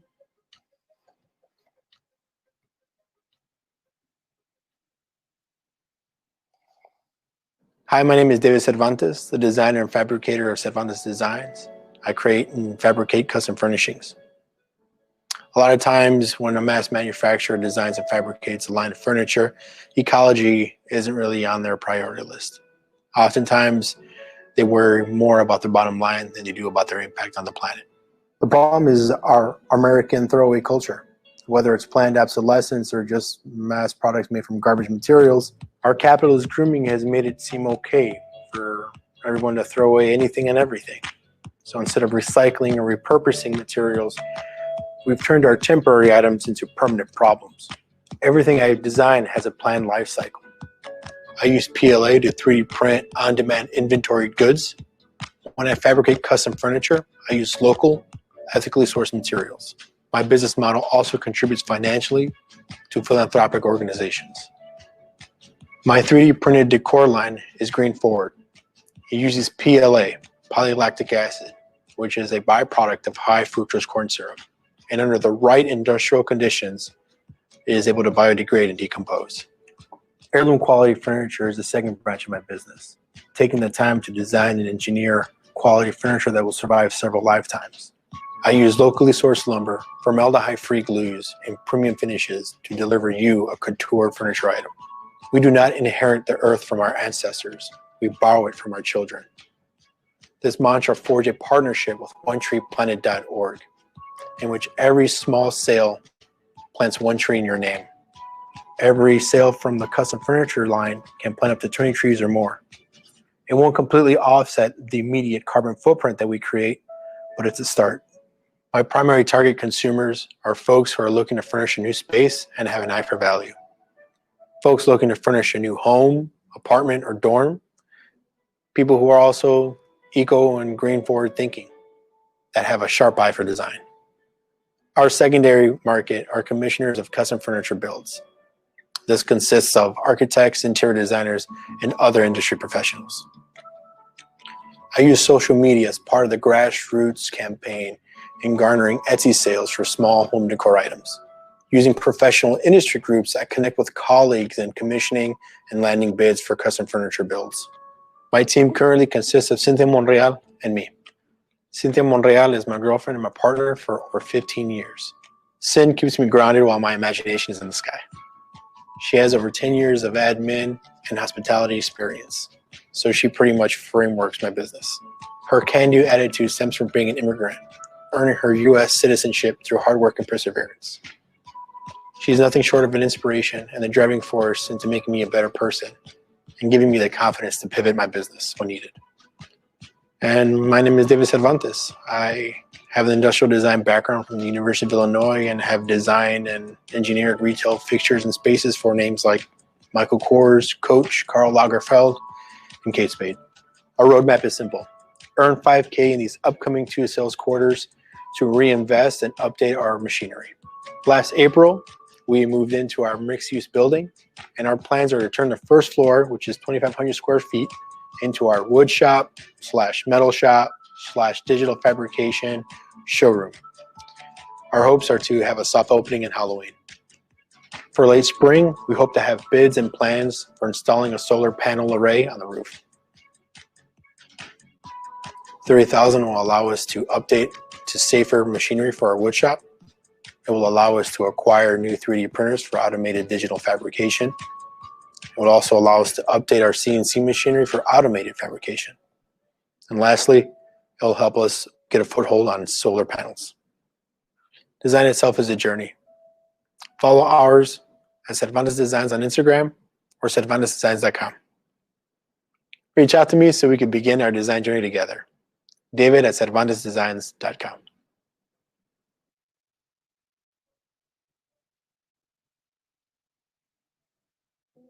I am Whitney McClendon Gregory, the founder and CEO of Emerge Roadside Assistance Marketplace. Thank you for taking the time to hear about Emerge and what we've been doing over the past 18 months. I came up in a family of 3 generations of roadside assistance service. Through tow trucks and mechanics, we've been able to see what's been going on in this industry over the past 3 decades. We've created Emerge to build a local economic funnel that will bring fair wages and jobs to local businesses while offering a competitive rate and better services to customers. We truly feel like the roadside assistance industry is ready to be disrupted, and we're here to disrupt it. In 2015, my husband called me and said that he had a flat tire. Because he had our 3 sons with him, I left work and I called our roadside assistance company on my way to him. Once I got there, it took about 2 hours for the tow truck to arrive. When it arrived, this is what we saw. As you can see, this tow truck is on its last leg. It's barely holding up the car because it's missing a tire. Through this roadside assistance issue and the many that we've had since, we've noticed 3 major problems. Those problems are long wait times. For this particular service request, it took 2 hours for the provider to arrive to us. An unexpected expense. We wouldn't have been able to cover this cost if we didn't already have roadside assistance, and a lack of options, because who would choose a 3-legged tow truck if they had a choice? With those problems in mind, we were able to offer a better solution to other customers. That solution included access to a nationwide network of providers where you didn't have to have a membership or remember any policy numbers. We offer family pay options that allow our customers to contact family and friends when they can't afford a service call. It allows your family to see what's going on with your car, view any videos or pictures you've posted, as well as paying for that service call if you need help. We also offer fast and simple services through our mobile apps and our web app. Here's how it works. You select your service, you enter your important service information, you answer any service request questions, and you review your service request. You send that service request to our marketplace where providers have a 15-minute window to respond with their best price and their best time of arrival. Once you've selected your provider, you check out in-app, and the driver is then dispatched to you inside the app, and you can go through your service process there. Just to give you a general idea of our market size, in 2019, there were over 60 million calls completed through our two largest competitors in over 14,000 different cities with over 20,000 different providers. As our first year in business, we did over 700 service requests. We worked with over 102 different providers, and we did this with our small team of 4. To date, we've had over 2,500 unique users, done over 1,000 service requests. We now have a nationwide network of over 800 providers that cover up to 38 states. We've completed these service requests in 18 different states in the U.S. We actively work daily in 8 of those states. Here are our competitors. Our 2 major players in this market are AAA and Agero. Our direct parallel competitor is Honk. All of these companies use different approaches to keep their engines going, but what sets us apart are our family pay option and our multi-option system. No other platform or membership service in the roadside assistance industry allows customers to choose their providers, choose their price, and choose their time of arrival. We do all 3. No other roadside assistance company or membership allows you to contact your family member and let them know that you need help at the drop of a dime, and also allows them to pay for your service. Here's a look at our team. DeAndre is our lead programmer. He has over 25 years of programming experience. He is a full stack developer and has single-handedly developed our progressive web app as well as both mobile apps. Rachel is our chief finance officer. She's been able to keep us agile and lean, and we've been able to bootstrap debt-free through the entire 18 months. Kenitria has been great on our communications team and has helped us to get into all 4 major tow truck magazines, as well as helped us to gain entry into 8 tow truck conventions across the USA. Myself, I've taken the time to build out our website, create all our digital content, and all of our marketing. We're truly committed to the roadside assistance industry and offering a better service. We are driven and we know what it takes to take this company to the next level. Here's a look at what we've been doing over the past 18 months. We opened our marketplace for providers first in January. Because we are a real-time service, we needed to build a provider network that could service our customers. In March, we opened up our marketplace for customers. By August, we had over 500 providers on our network, and we closed out December with over 700 service requests. In February, we finished our provider app, which is now in beta testing in both St. Louis and Miami. And in May, we hit another major milestone with over 1,000 service requests. As of June, we have completed our customer app, which is now in beta testing in St. Louis. And we are working on building a better marketing strategy to scale. We're asking for a $500,000 investment. This will give us a 12-month runway and allow us to finish developing services and systems to integrate into our apps, as well as building a communication team for our 24-hour customer support, building out a marketing team to help us build a marketing strategy to scale, and scaling to our level 2 cities in the next 12 months. Thank you so much for your time. If you need any roadside assistance help, please visit us at emerge.com.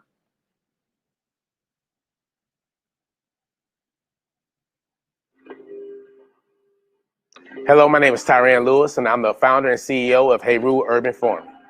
Our mission is to bring healthy, sustainable produce to those who need it the most. Heru Urban Farm provides sustainable produce for food apartheid communities.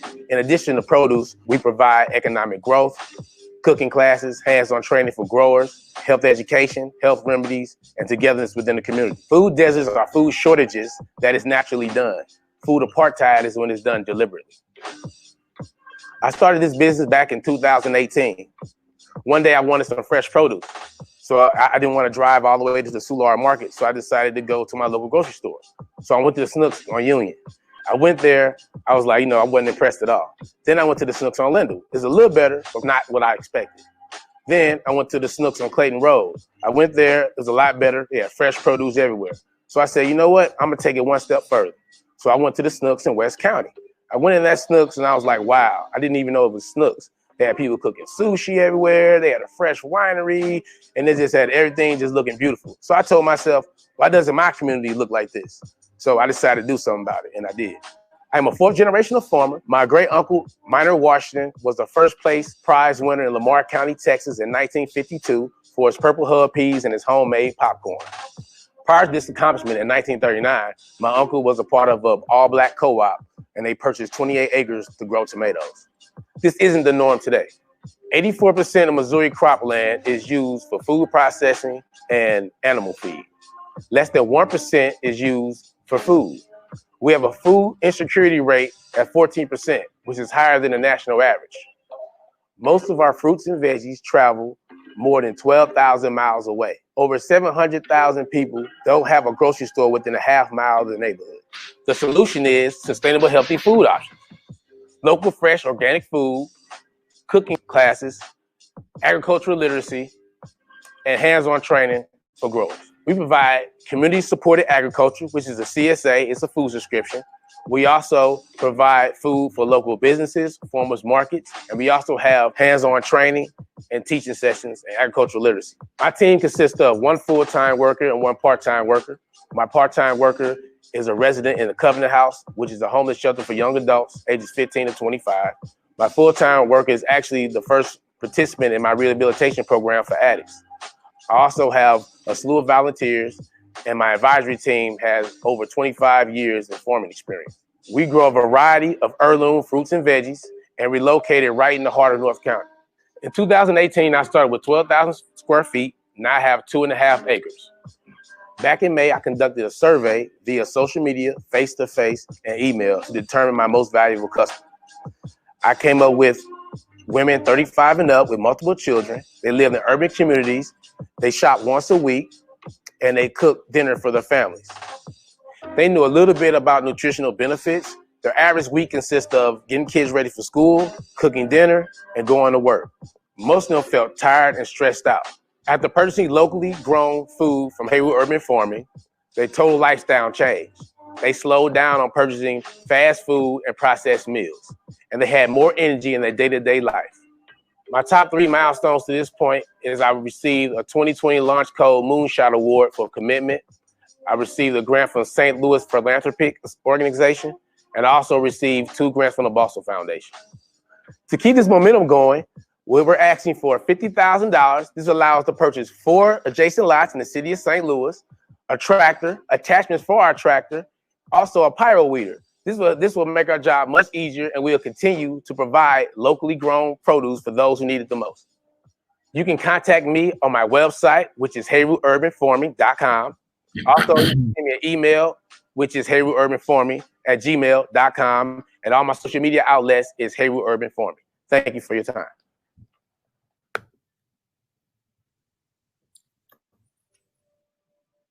Hi, my name is Foster Wilderness, and I am the owner of Butter Love by LC, and I'm going to introduce you to the magic of all natural skincare. I established Butter Love in 2014 by taking my love for healing my skin and my respect for nature and create a brand that is truly organic. Suffering from chronic dryness myself, most of my childhood consisted of me scratching my dry, flaky skin. My mother worked endlessly to find new ways to soothe my issues, and nothing worked. In my adult years, I took on the challenge to find products that worked for me. And in 2013, I started my journey of self-exploration and chose to love myself a little bit more by nourishing my mind, my body, and of course, my skin. I tried all natural store-bought lotions, but nothing helped. It wasn't until I discovered the magical powers of shea butter, oils, and other herbs that I began to see actual results. My skin healed with some tender love and care, and I then went on channeling my energy towards healing others. The vision that I see for Butter Love is to empower, educate, and provide natural products that bring much needed elements of hydration and love so that our customers will have confidence in their skin. We've discovered that the skincare market is so oversaturated with low quality, ineffective lotions that are filled with harmful chemicals, parabens, sulfates, and alcohols that sit and harm the skin and do not provide long-standing moisture. Butter Love offers a solution. We do this by solving the problem that over 35 million Americans suffer from by offering options that will deeply penetrate the skin and heal their conditions. We believe to maintain healthy skin, you must hydrate, detoxify, exfoliate, and moisturize. Our selections cater to each element and delivers actual results to our customers of all skin types. Alignment is key, and our customer personas align with our brand. Whether it is to heal their eczema, to maintain healthy skin, or seeking solutions for herself and her family, they all seek healthy, toxin-free skincare that matches their lifestyle.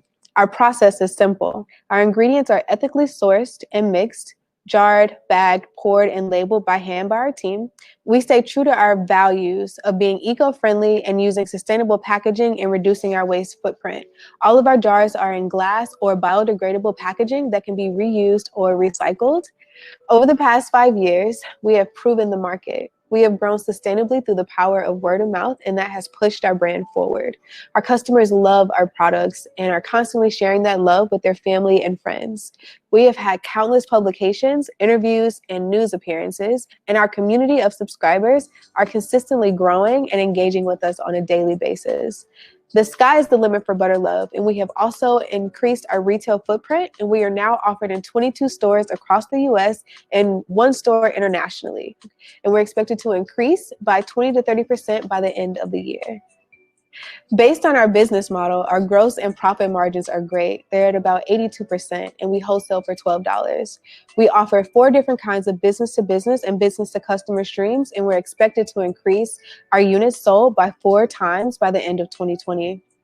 Butter Love is a woman-owned, Black-owned, and operated company. We uplift, empower, and educate our customers to be their very best selves.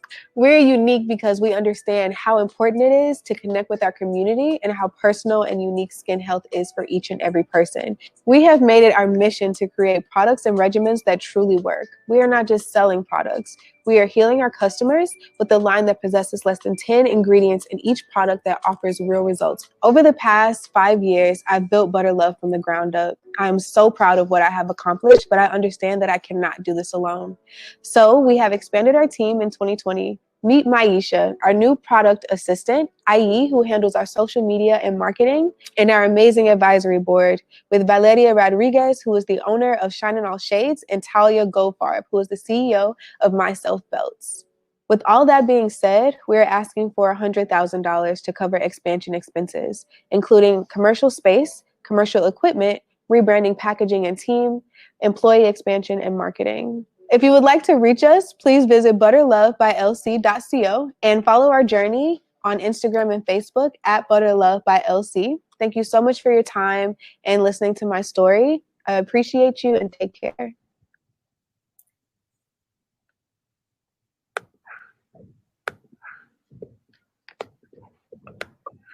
And of course, we are back. You know, Dee, I got a little bit excited. I was just so excited before that I'm like, oh, let me jump in. And then oops.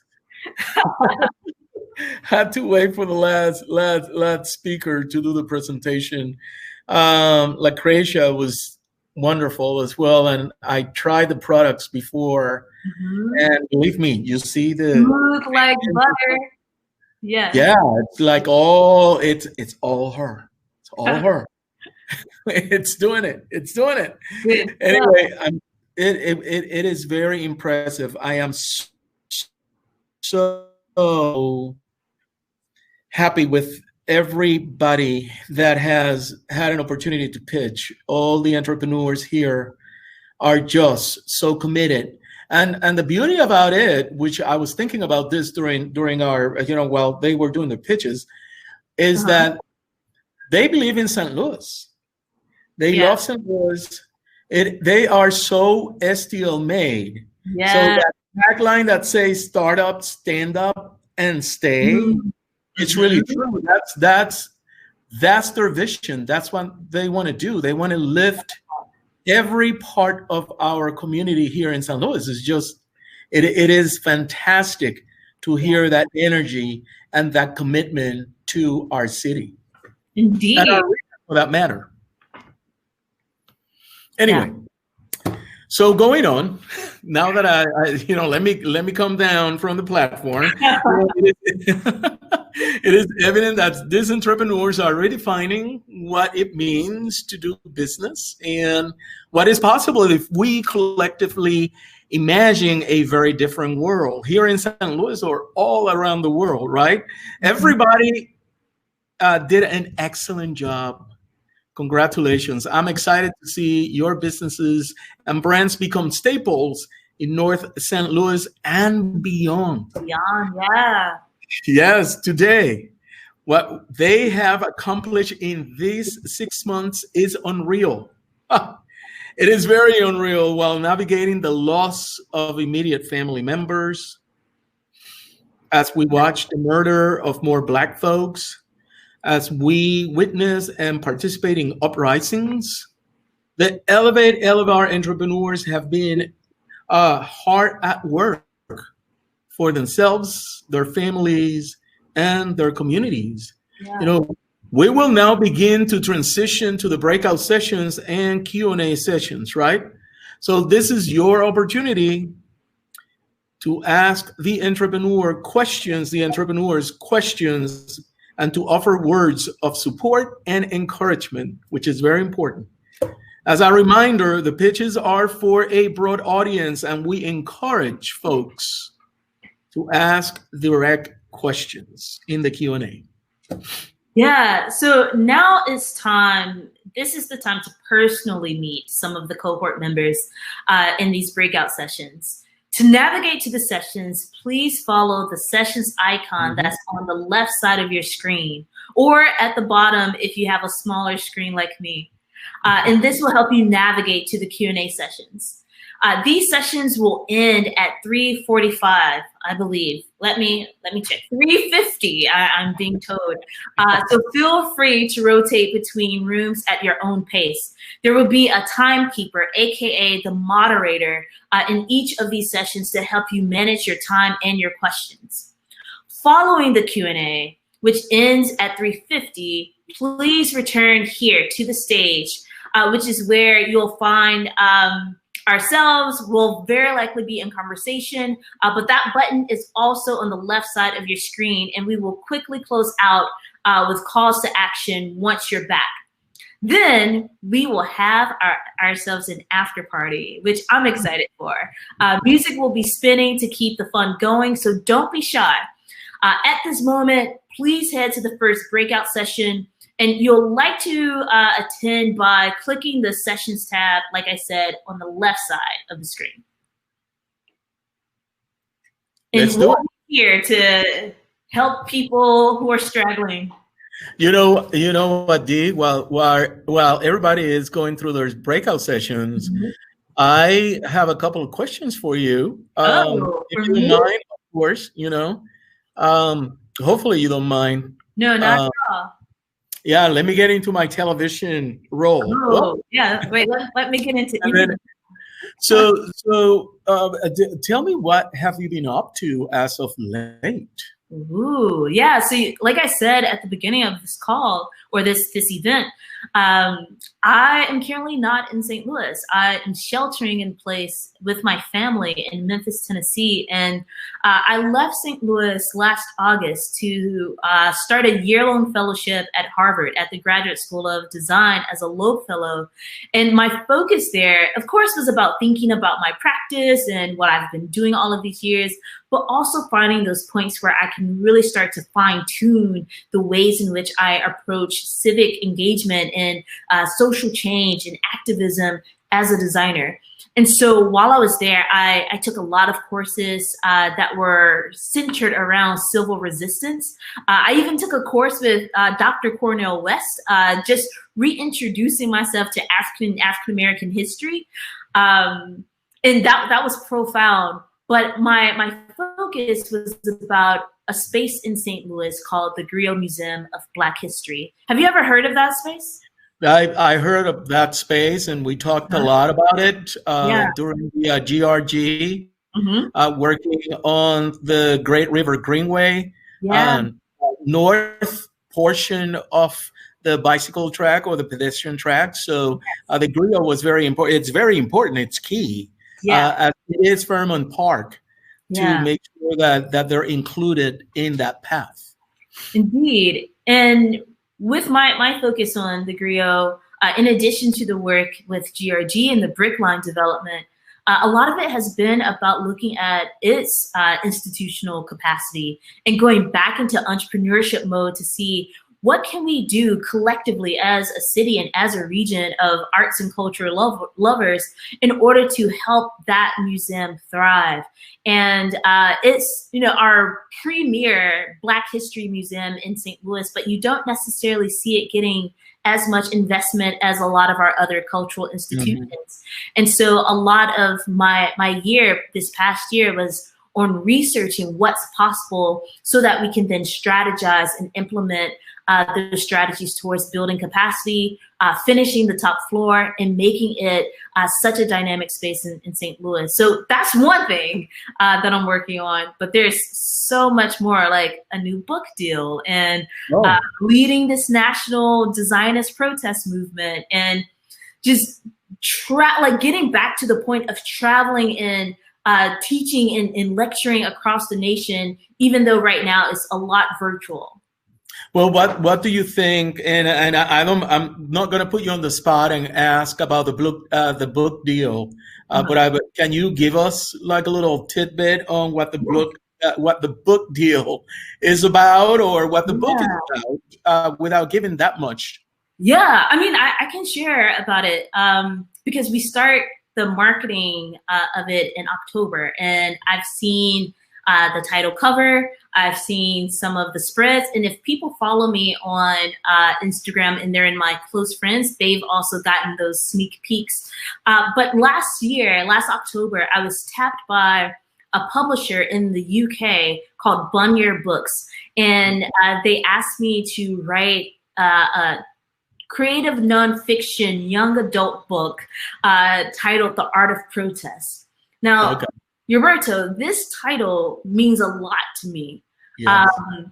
When I was an arts organizer during the uprising in Ferguson, 7 artists joined me to build a sculpture called the Mirror Casket. Yes.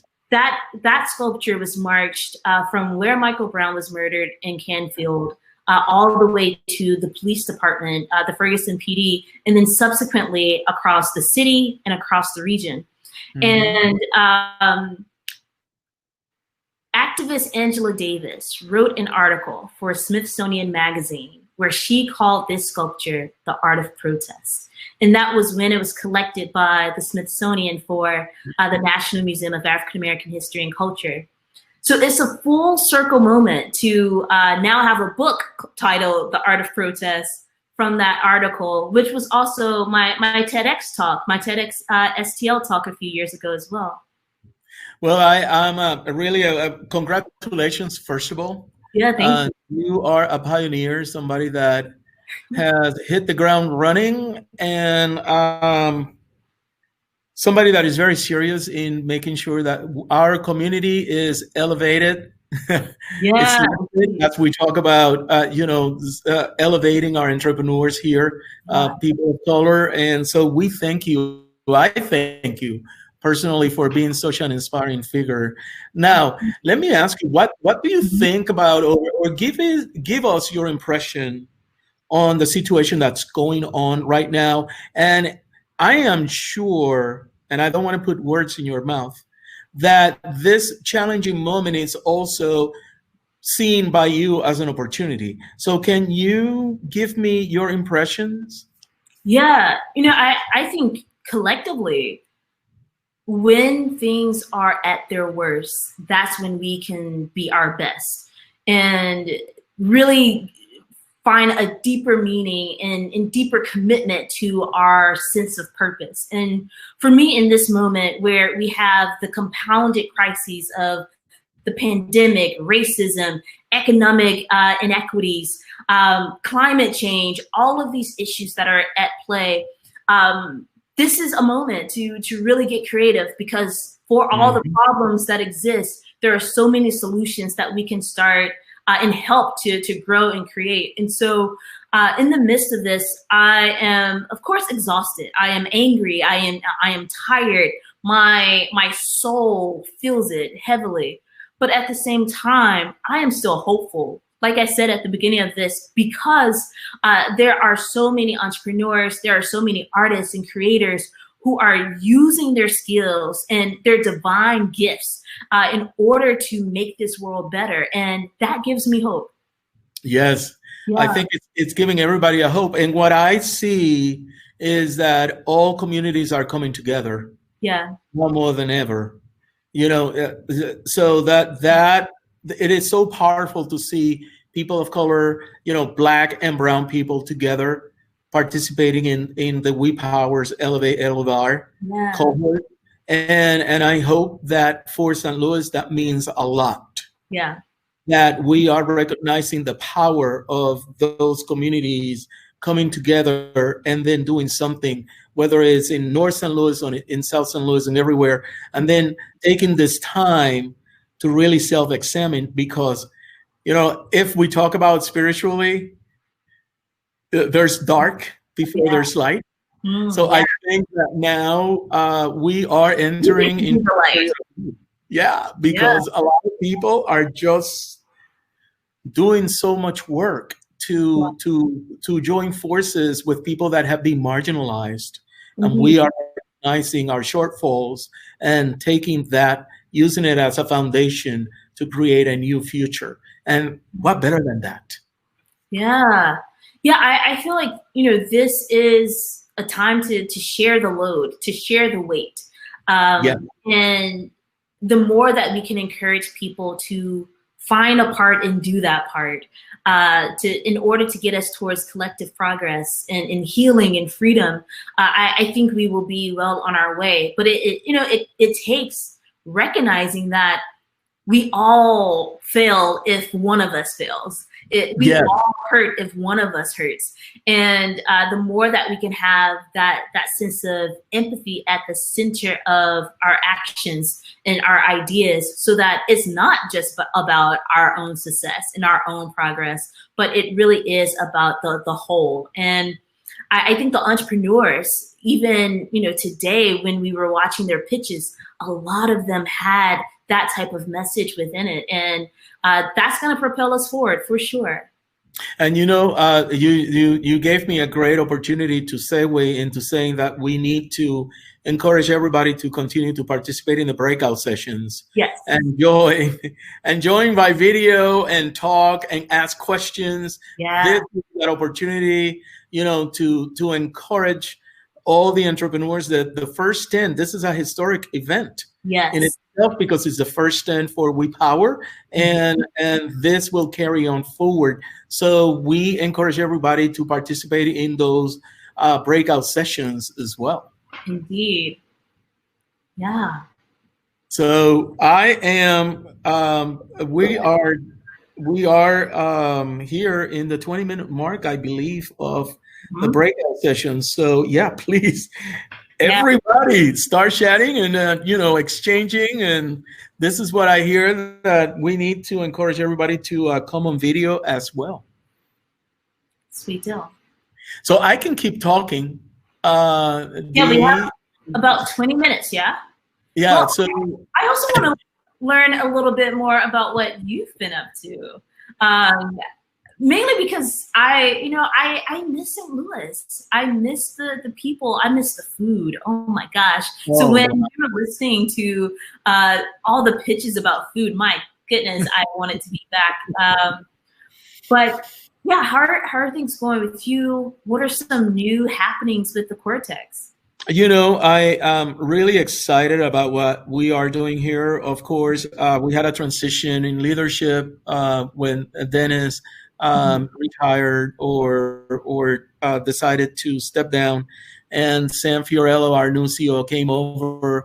We are working diligently and with very, very intentional on making sure that we become an equitable organization that allows everybody to have an opportunity to grow and succeed in the San Luis region. We want to see the success that Cortex brings to the region expanded, or brought to this area expanded beyond the Del Mar divide, expanded, into areas of need. We want the entire region to participate in the prosperity that we have been able to accomplish here in Cortex. So that is one of the things that we're working right now, that I'm working right now, trying to communicate that message of being a more equitable and inclusive place.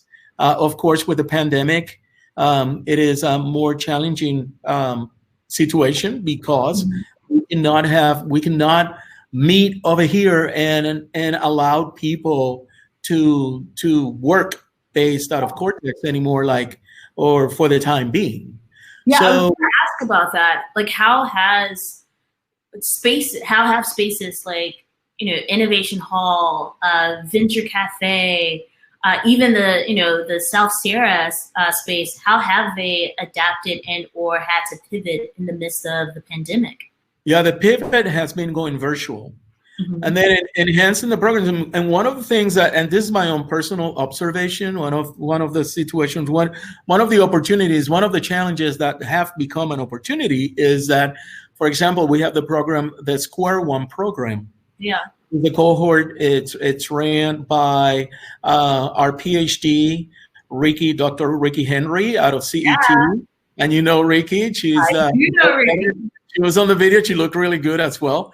And the Square One program is becoming very successful virtually as well. And of course, a lot of the entrepreneurs that are participating in the We Power, they had an opportunity to participate when we were here in the facility or before we had to transition to do the program virtual. So I think that moving into the future, the combination of using space physically here in Cortex as well as using it virtually, it's going to be a win-win situation for us because we will have an opportunity to engage even more people remotely. I mean, I'm thinking about, the single mom in North San Luis that have to take care of their kids and take them to school, and it's working 2 full-times or 2 part-time jobs to do it. Now they have an opportunity to access our programming virtually. Yeah. That is powerful. That's how we lift community. That's how we engage people. And if we have an opportunity to provide them with the tools to do that, whether it's, facilitating laptops or, making sure that they have the Wi-Fi on, because obviously all that technology is needed. Yeah. That it's endless. We're filled with possibilities. So that's. I think that's part of, the power of this pandemic is that it has made so many of us have to innovate in ways that we probably would have maybe not thought of, but also maybe would have, taken a longer time to implement. And so it's accelerated a lot of ways that we can make programs, conversations, curriculum, education, knowledge, all of that is more accessible because we're all now in this virtual world. And in some cases, it's more affordable for people. And, in the midst of all the loss, I think that if we can help people tap into it, there is a lot to gain in this moment. And because of technology, we have an opportunity now to see how a marginalized community lived for so many years. Yeah, that's I mean, because somebody had a cell phone, we were able to see what happened to George Floyd, Yeah, right? So because somebody had a cell phone, we seen what happened this last week yeah.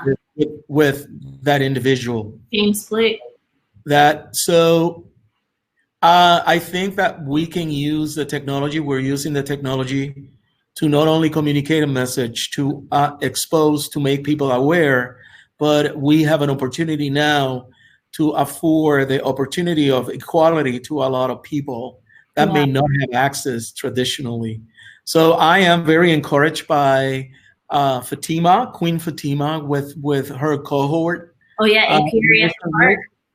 Yeah, and I want to see how and I know that we are perhaps looking at how can we continue to work together and encourage co-working spaces like that to prosper. Yeah. And for them to keep moving forward. Yeah. So, yeah, I love that that's, co-working and co-living. Because as someone, who was on a campus again this past year, there is a lot of collective bandwidth and capacity that we can gain living with others. And in many ways that accelerates our ability to learn, to grow, and to build. So yes, shout out to Apiary at the Park and all the work that Fatima is leading with neighbors and residents out in Hyde Park. Yeah, and so shifting a little, tell me your experience. How was that experience at Harvard? Or I apologize if I changed the university for you. I don't have my notes. This is all impromptu, by the way. Everybody who's watching right now, this is not planned. It's happening live. Okay. Yeah. It was necessary space. It opened my mind to a lot of things that I want my life to inhabit. So with living in a city again, I want to live in a place that's walkable. I want to live in a place that is very conscious about different people's abilities and elements of accessibility, spaces that are liberating to those who enter and not so exclusive. I must say that while I was there, we were very privileged. There was a red carpet laid out as fellows, and that allowed us to access every part of what Harvard had, all of its resources, all of its schools. And, I think back to my high school self, who was very intimidated by the idea of going to an institution like that. And I feel like being there as a fellow broke a lot of that imposter syndrome. It broke a lot of that sense of not feeling that I'm good enough or worthy of scaling my ideas or asking for help from people in positions of power.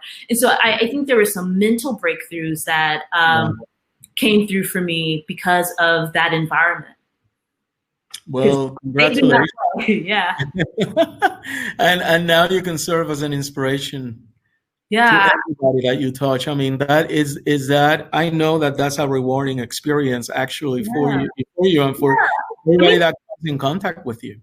Yeah, and I mean, while I was there as a fellow, I was able to create another fellowship with rapper and activist Tef Poe, and there are 6 St. Louis artists who we were able to fund for the semester in order to help them develop a body of work that was solely about St. Louis. And the pandemic hit and, delayed a lot of our efforts, but we still have the funding and the capacity to exhibit these St. Louis artists' works, not only at the Griot Museum, but on Harvard's campus. And that's the most exciting part of continuously lifting as we climb, and as we get opportunities, bringing some others along so that it's just like the entrepreneurs are saying, it's not just about us. it really is about our community, and St. Louis is home base.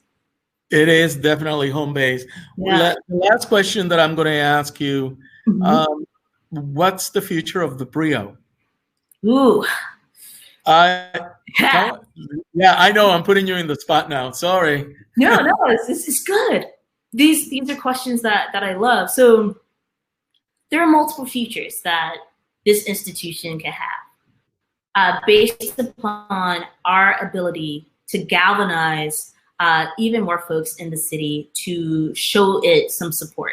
So it's been great that Harvard has supported me in now developing virtual exhibits and investing more time and funding into helping it strategize its capacity.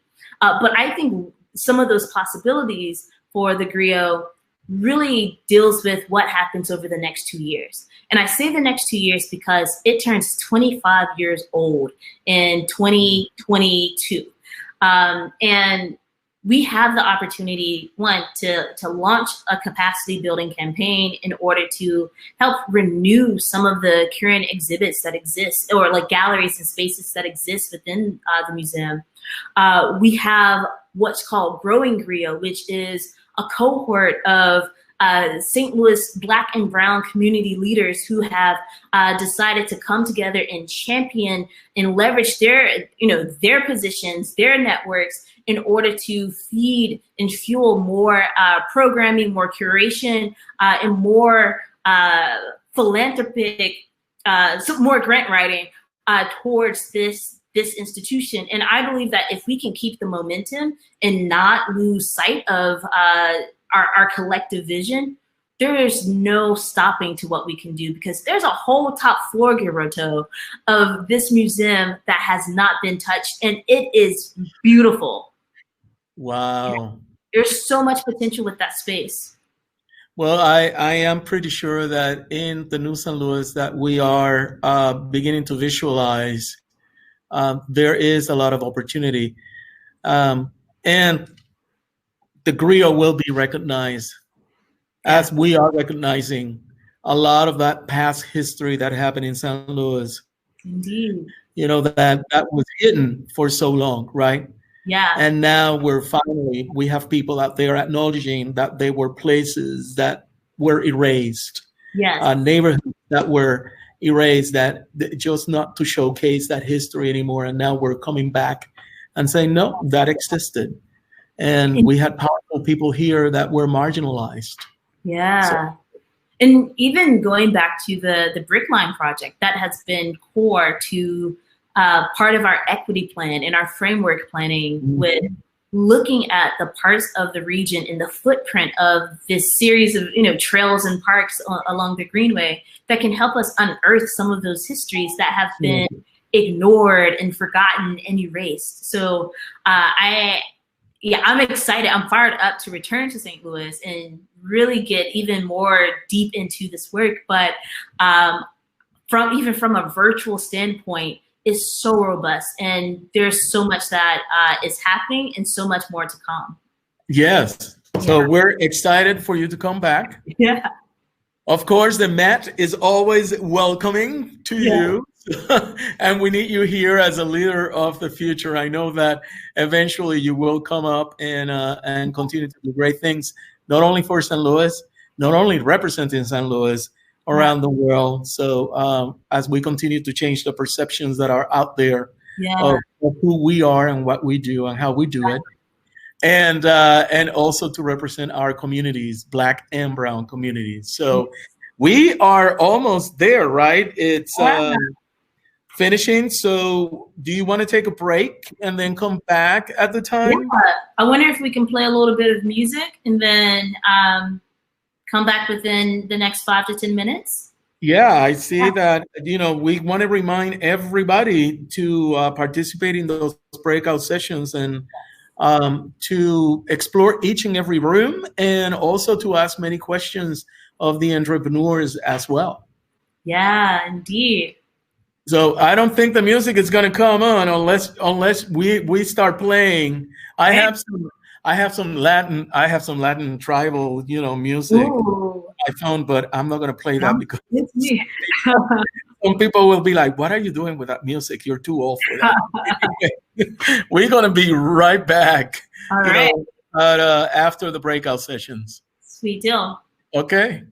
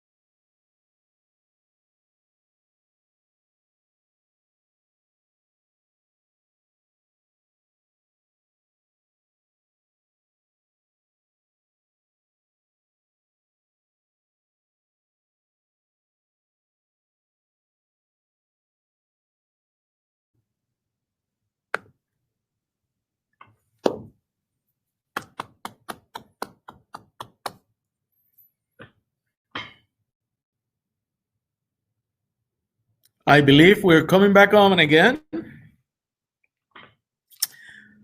Indeed. Hello, Dee. Welcome back. We took a short break. Yes. By the way, I want to say thank you for giving me the opportunity to ask you a couple of questions. I know that that was not planned. A pleasure. No, you're a pro. You're a natural. So thank you. I try. Yeah. So thank you, and once again, I want to wish you so much success. I know that you are an inspiring individual, and it's such a pleasure working with you. Yeah. Seeing how we can elevate our communities. Yes, indeed. And that is why we're here. And I'm excited to bring everyone back from their sessions. I wish that we could be in person, because I would be that person asking everyone, how was your session? What do you get into? But maybe you all can share a little bit about your time together in the chat. So like I said, hopefully everyone had an opportunity to get connected with the founders. If not, no worries. Everyone will have an opportunity to network and chat during the after party. After hearing their stories, watching their pitches, and meeting the founders, I really do want to know a little bit more about what epiphanies you came out with, what conversations and topics came up. Just take a few seconds, maybe 30 seconds or so, just to share a little bit more. Okay. Some folks are feeling invigorated and at peace. Some beautiful stories to share. That's good. Okay. Thank you, Rebecca. Feeling proud. This is all great. This is the energy that we want y'all to have. And St. Louis, really can become so much if we shift the way we do business. And you're witnessing that today. Yes, indeed. And as we wrapped up, and please continue to share those comments on the chat room. I want to repeat one more time, because it is so important. The great words of Mae Jemison. Never be limited by other people's limited imagination. Let me see if I can do justice on that quote in Spanish. Ooh. For my Latino audience that may not, that I'm going to say it in Spanish. Even if you speak English fluently, I will say it in Spanish. I say that Mae Jemison dijo que nunca dejes que las limitaciones de otras personas limiten su imaginación. Very powerful in every language, especially for people of color. So together, all of us here today can and must redefine what's possible. We have 3 things we think are possible to accomplish right now, today, this Saturday. Check the chat for links. Yes. So first, we need you to invest in the 2020 cohort with capital, philanthropic dollars, and as customers. Check out the link, I believe in the stage chat, to contact them directly or to purchase products that you saw today. And then second, we need you to become a member of our monthly giving community as we prepare for our second cohort of Elevate LFR Entrepreneurs. Check out the second link to join today at any level that you can join. Yeah. And then third, but not least, we need you to join the Elevate LFR community yourself. As an entrepreneur, as a mentor, guest expert, or someone who organizes to shift our local economy. There's a third link to sign up that's coming into the chat right now. This moment is one that is unprecedented. Like Huberto was saying earlier, we are confronting a global pandemic that's disproportionately impacting Black and Latinx community members. We are staring racism in the face as more Black folks are being killed by police And we are watching protesters rise up and demand change, radical change. We Power is a part of this movement, and they present this as a moment for us, you included, to move forward together and differently from before. So join us by pledging to these 3 possibilities we just shared with you. Yeah, that it is so important, Dee, that we continue to support our communities. You know, Black and brown communities, they need lifting.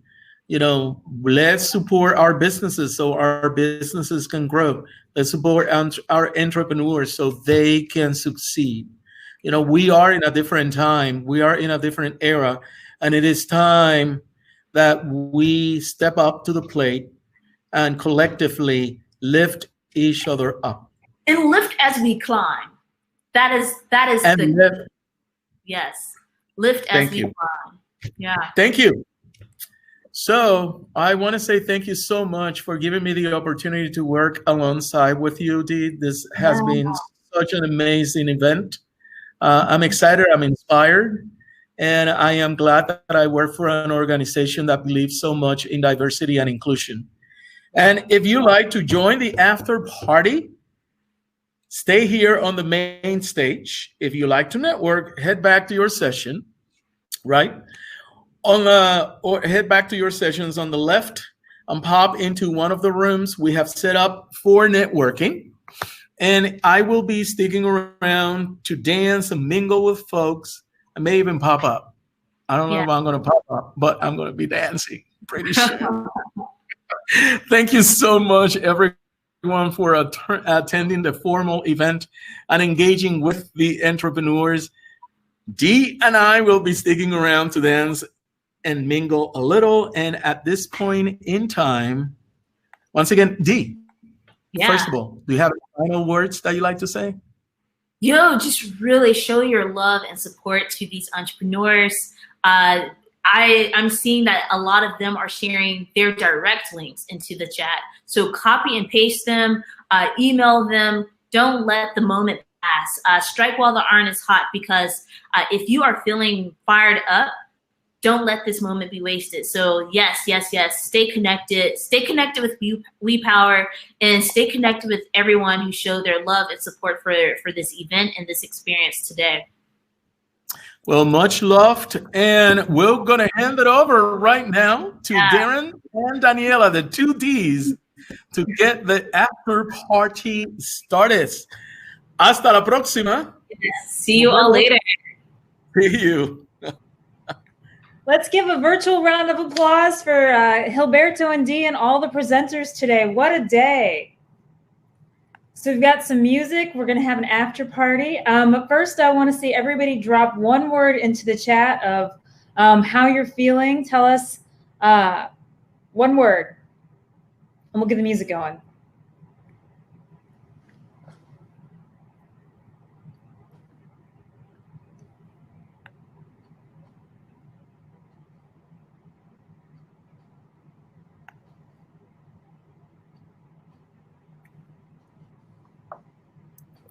We've got Makita coming online with the beats.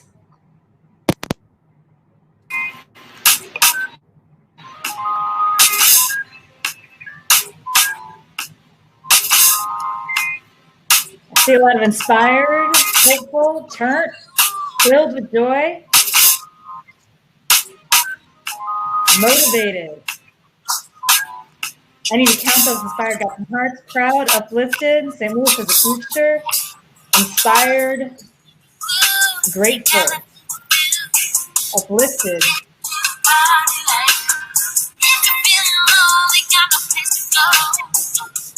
Hopeful, impressed.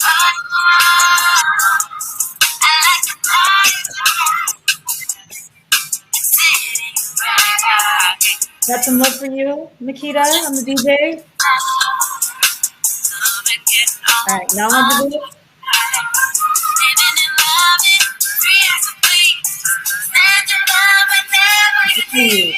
Encouraged.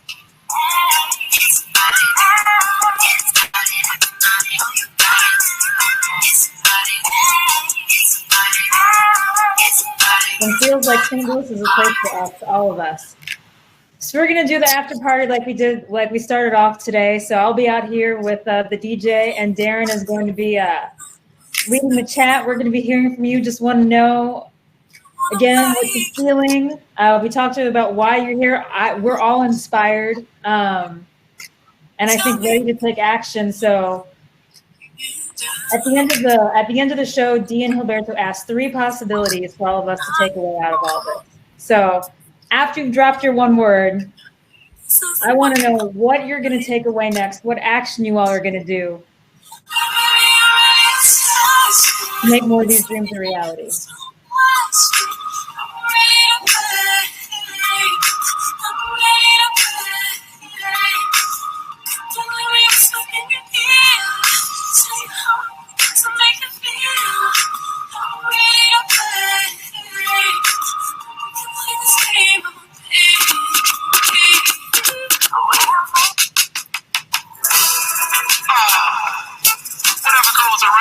Eventually comes back to you.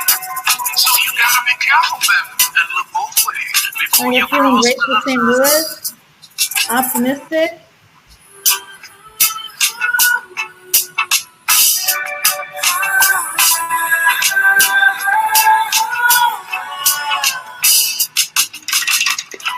And we got some love to the DJ.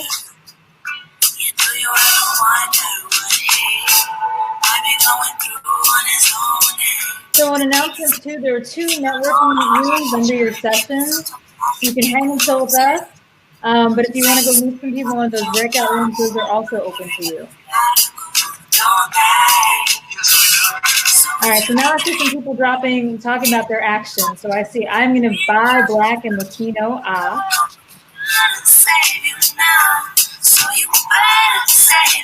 That's jamming. All right. The Pure Vibes plans to raise funds and hire worker owners. Nice. So snap for that.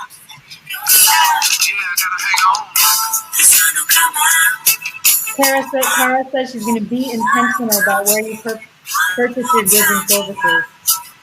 Also, hey, Da.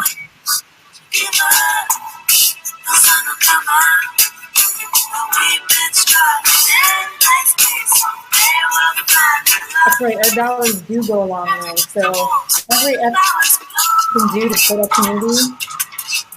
And one of these possibilities is investing with our dollars, with our time dollars, with our philanthropic dollars, with our knowledge dollars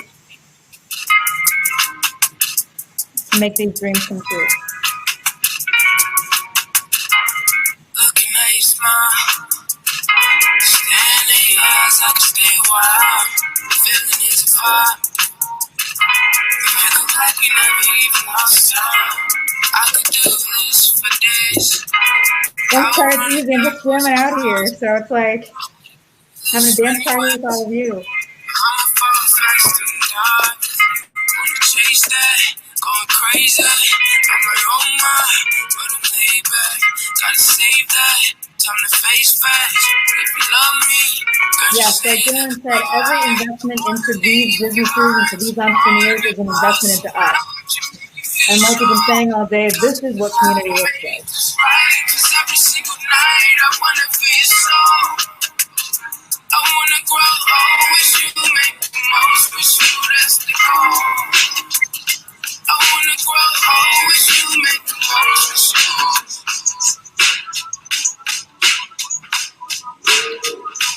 Look at you, what you need, make you love it, make you want it, so baby you all. So Robin says she's going to donate and buy more some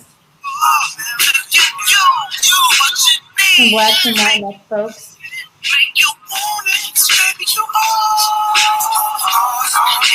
And I have not said, it's been mentioned a couple times in the chat, but I do just want to say aloud, I want to give a shout out to Carly and the WePower team and the Elevate Elevar team. And really shout out to you all. We're in this together. This is about community, and this is what it looks like, right? So we're all here to support each other, and thank you for this, for those who provided, who built this space, and who held the vision for us so we could all step into it. drugs in my nigga to the fuck on the side. She tryna pin it out. Sounds so beautiful. Fogging my bifocals, window shopping at the Ojo. So Amanda says that she's going to look at our family's budget and figure out how much we can donate or invest, and then continue to do it in an ongoing way. That's a great idea, Amanda, and something sustainable that we all could do.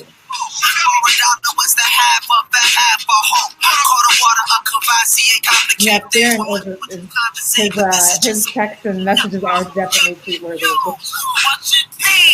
Make you love it, make you own it, 'cause baby you are. Yes, you are. Look at you, what you need. Make you love it, make you own it, 'cause baby you are. I see some connection going on. Yes, you are. Yes, you are. Yeah.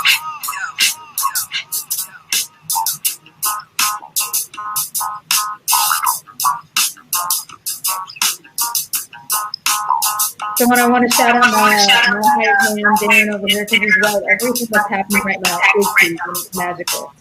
And we are all magic. So again, the theme of the day is community pitch day, but your community and making our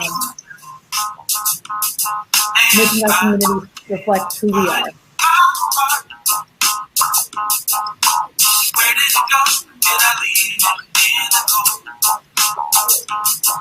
So please give it back. Doors are paid. It must have been when I lost my Zara says she's clicking donate on a certain hive right now. And Charlie's saying let's retweet everything Darren says. So.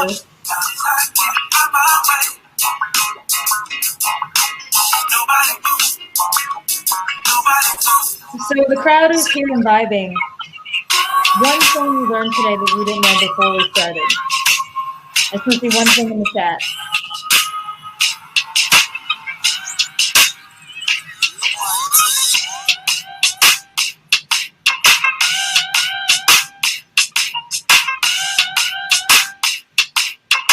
Listen, Brooke gave another shout out to Charlie. She is amazing.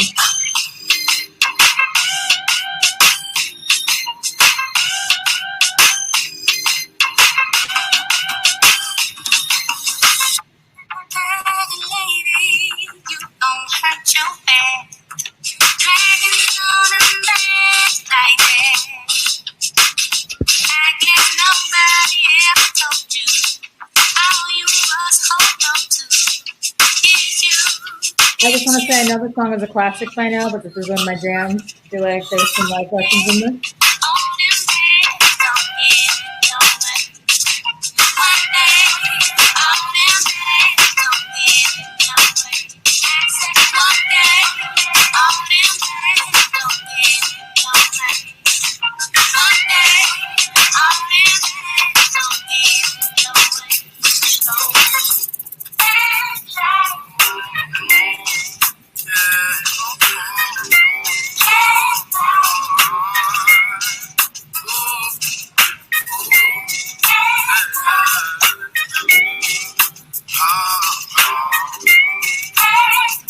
Darren says he didn't realize how many startups were focused on saving the planet in FPL.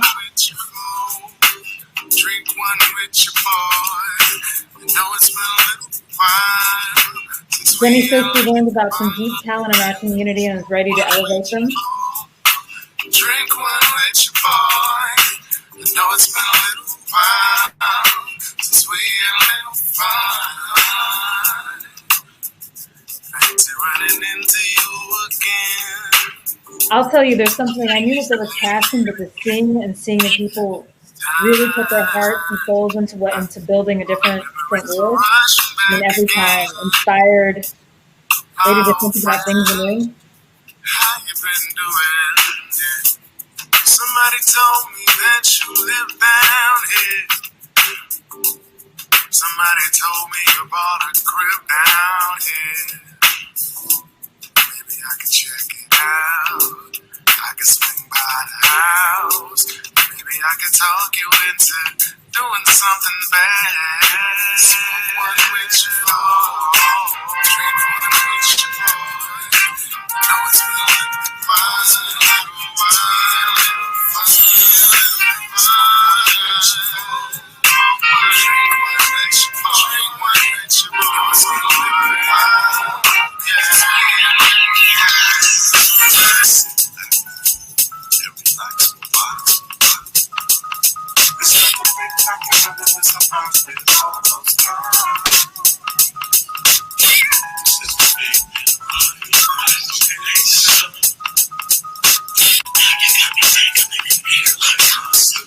Darren says, I hope we don't have to wait long to see these businesses elevated. And yes, I agree, the collective vision is hopeful. Charles is asking if Hiru considered plant towers, if plant towers would work.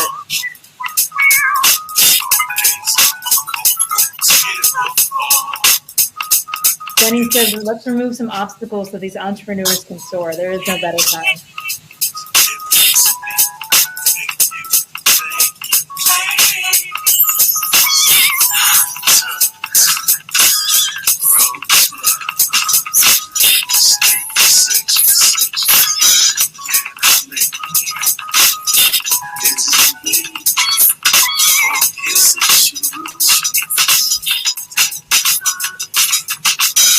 So I would love for y'all to stay with us, but the organizer is saying that there's some good conversation going on in Networking Room 1. So if you want to do more talking than chair dancing, hop over into Networking Room 1. There's 2 networking rooms, so of course, like, you can sit here, vibe with us. Maybe you're chilling with your afternoon cocktail, listening to the sounds of DJ Makita. But if you're not, check out Networking Room 1 and Networking Rooms 1 and 2. And also, don't forget, after today, check out the WePowerSTL.org website. It's got information on all the entrepreneurs and, again, like the possibilities of how we move forward.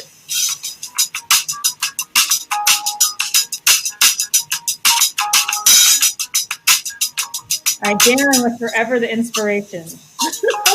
He says, obstacle number 1 is leaving, visibility and hope in the community. Now we need investors and donors, right? The first step, obstacle 1. Now we feel. Now we can feel.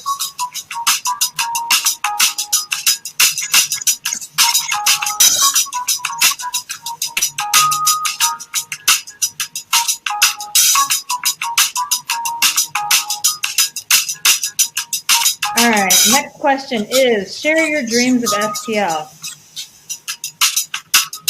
So we've been listening to dreamers and doers, inspired to bring a better St. Louis. And you shared with us how you're inspired. So tell us a little about your dreams. What do you want to see in St. Louis?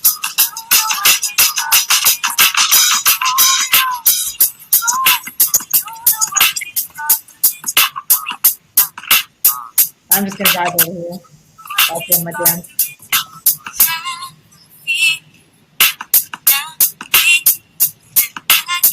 Classic.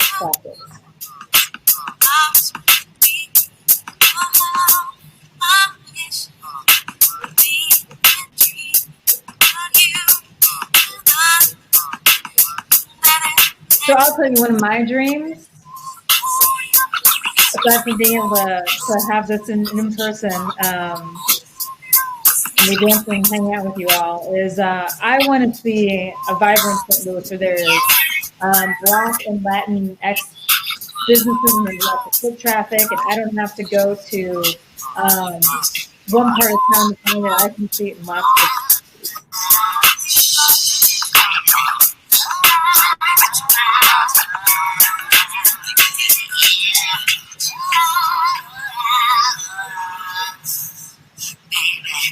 All right, so Darren, share one of your dreams. Because I can't see you dancing.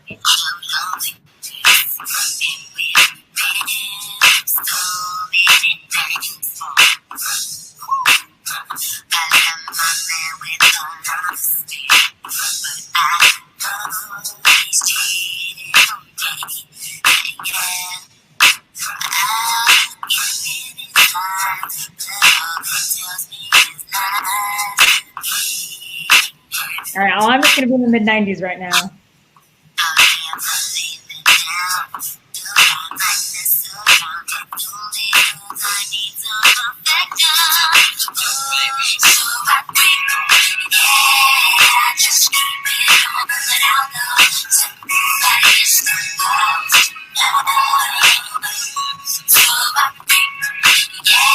Darren says that his dream is a city where Black and Latinx families can thrive, like families are thriving in Clayton.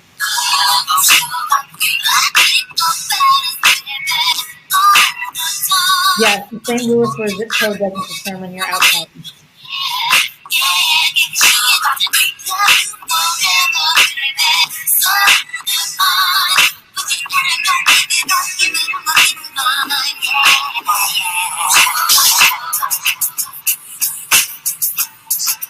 I also want to see Black and Latinx wealth stakeholders and change makers. There's this saying that if you're not at the table, you're on the menu, and for a lot of us who come from marginalized communities or minorities, people of color, communities of color, we're often not at the table. So I would want to see more of us at the table and in decision-making places. I know y'all got dreams. Maybe you're just dancing, but I want to hear from some other folks out there. I was just gonna have to, okay.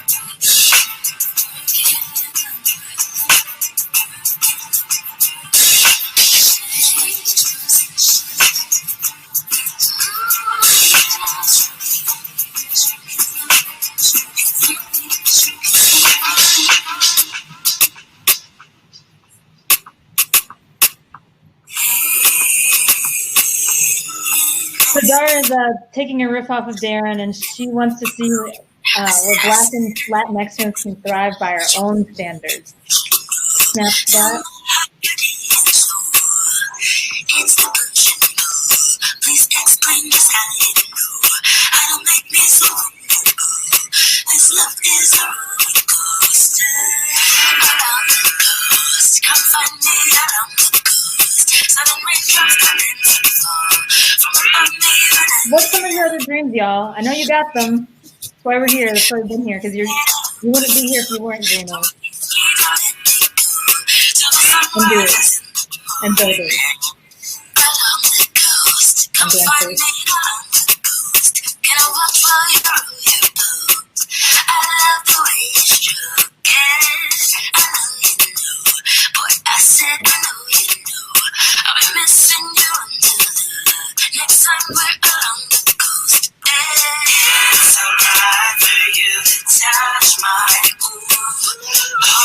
Yes, Darren.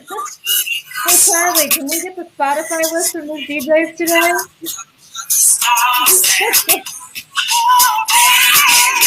I'm going to cover all this stuff with playlists. Can we do that? Can we have like dance parties before business meetings? I feel like that might make us all more effective. And I kind of do it like that's I'm like a hype girl in real life.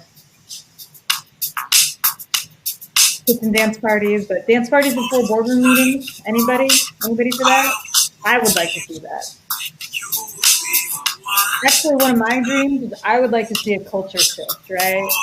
And I would like to see more organizations support people being their full selves, their whole selves, our full cultural selves. So that would be me, yes. Me and Gilberto having a little like Latin dance party. I mean, we do it anyway, but be seen as see, Darren said that too. I already do it. I do.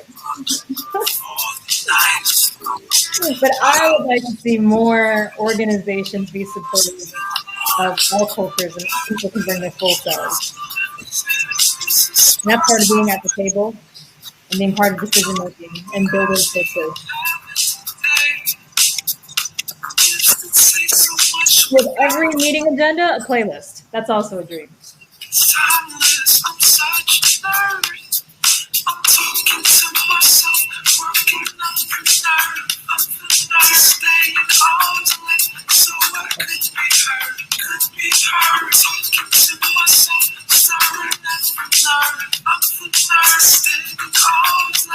Bye, Dara.